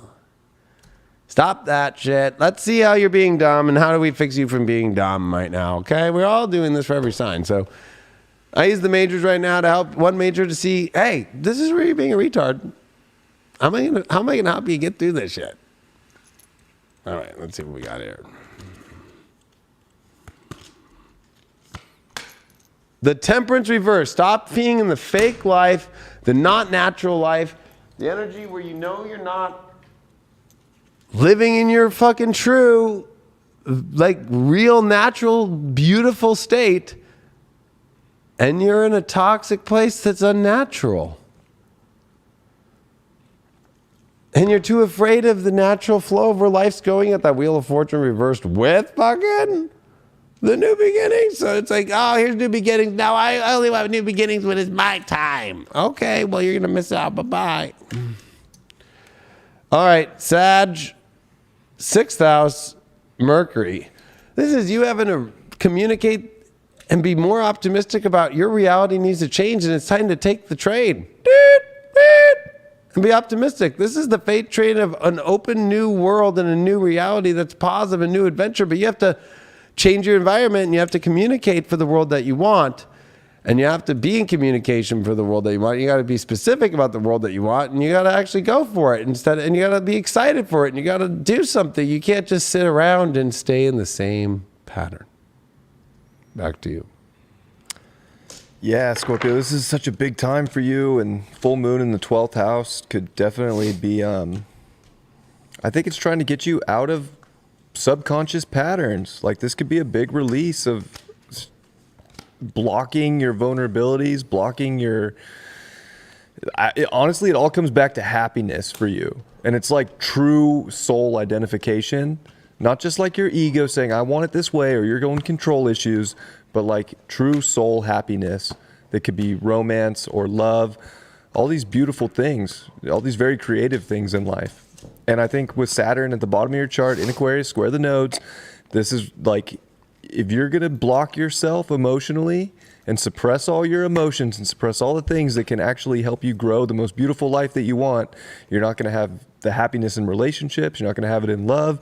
You're not going to have it in nothing. You're going to feel so emotionally depleted that you're going to feel like you have nothing. And you'll end up homeless. Homeless. And this is literally the time where you can be on cloud 9 of creative abilities and on love and happiness. It's just like being vulnerable enough to let someone else in. And that's where your whole reality shifts, and that's where your whole purity comes into play. So like, I don't know what to tell you. This is like the best. You are so lucky to have that conjunction in your 5th. So don't fuck it up. Scorpios need a big scare. You will be homeless, Scorpio, if you don't do the right thing here. You'll be homeless. Straight up. That's the Saturn square the nodes. and there's no more beneficial planets in Aquarius. It's just Saturn. There's nothing left. Now it's homelessness.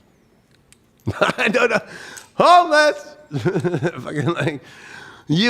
there's nice tents under fucking Gower in Hollywood if you really want to go to the real homeless shit. Austin, they talk about homeless. That shit's weak. Go to fucking Hollywood and go under Gower. Why don't you have fun under Gower? Or go under Cahuenga. That's a nice one. Try it out. I dare you. Beautiful community. And hey, Pluto's there sitting in your 3rd, squaring this. So your environment, if you don't like open up right now to love and happiness in your life, you're going to end up in a new environment under a bridge in a tent. Or you know what? There's nice outhouses from like 4 years ago. I think they were serviced 4 years ago. It would fit your Scorpio needs real well. That dark place, fucking all cool with the Sharpies from like 4 years ago, pre-fucking... And fucking, you know, it'll be beautiful. Like, it's not even blue water anymore. It's red, brown. Sounds wonderful. Because if you're going to suppress all your emotions, and you're going to have no foundation. And you're running out of... You know what Saturn by itself in the 4th reminds me of when it's transiting? Is like, uh-oh, where am I going to go next? I'm not building a good foundation? Like... Or I'm in a fake foundation that's not connected. You really think that's going to last long? No, your partner's going to leave you, or the friends are going to leave you, and you're going to be hanging out high and dry, and you're not going to do the work right now. And your work is to just go find the ultimate partnership, and it will all figure itself out. Instead of this whole, I got to figure it all out and work first. I got to do this first. No, love, happiness, and everything will be figured out. And nobody ever gets this gift, and you're fucking gonna buy it. I'm betting you all fail. I'm gonna end with that. I'm betting that you all fail. You all fail because you all are too stubborn right now, and you just have a deal with the devil, and you love that deal with the devil.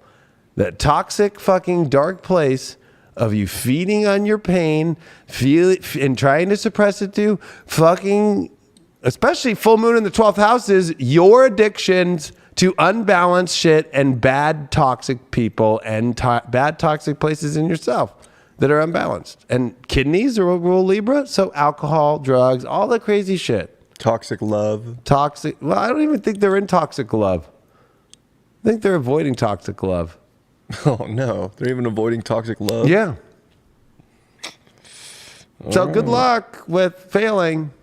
And I hope that the homeless shelter under Gower treats you nice. I'm saying this to get you to fucking do something. I hope you know that from love. Because I already know you ain't going to do it. And the universe will actually put you in places with Saturn will scare the fuck out of you. When it's in square, the first quarter square since 7 years ago when Saturn was on your sun, it will scare the fuck out of you because you're in the illusion that you think that when Saturn comes to square your sun, it's going to go like, okay, let's see if you really are the person you think that you are. Is that really who you are? And is this going to be able to be something you can grow a life out of? Ooh.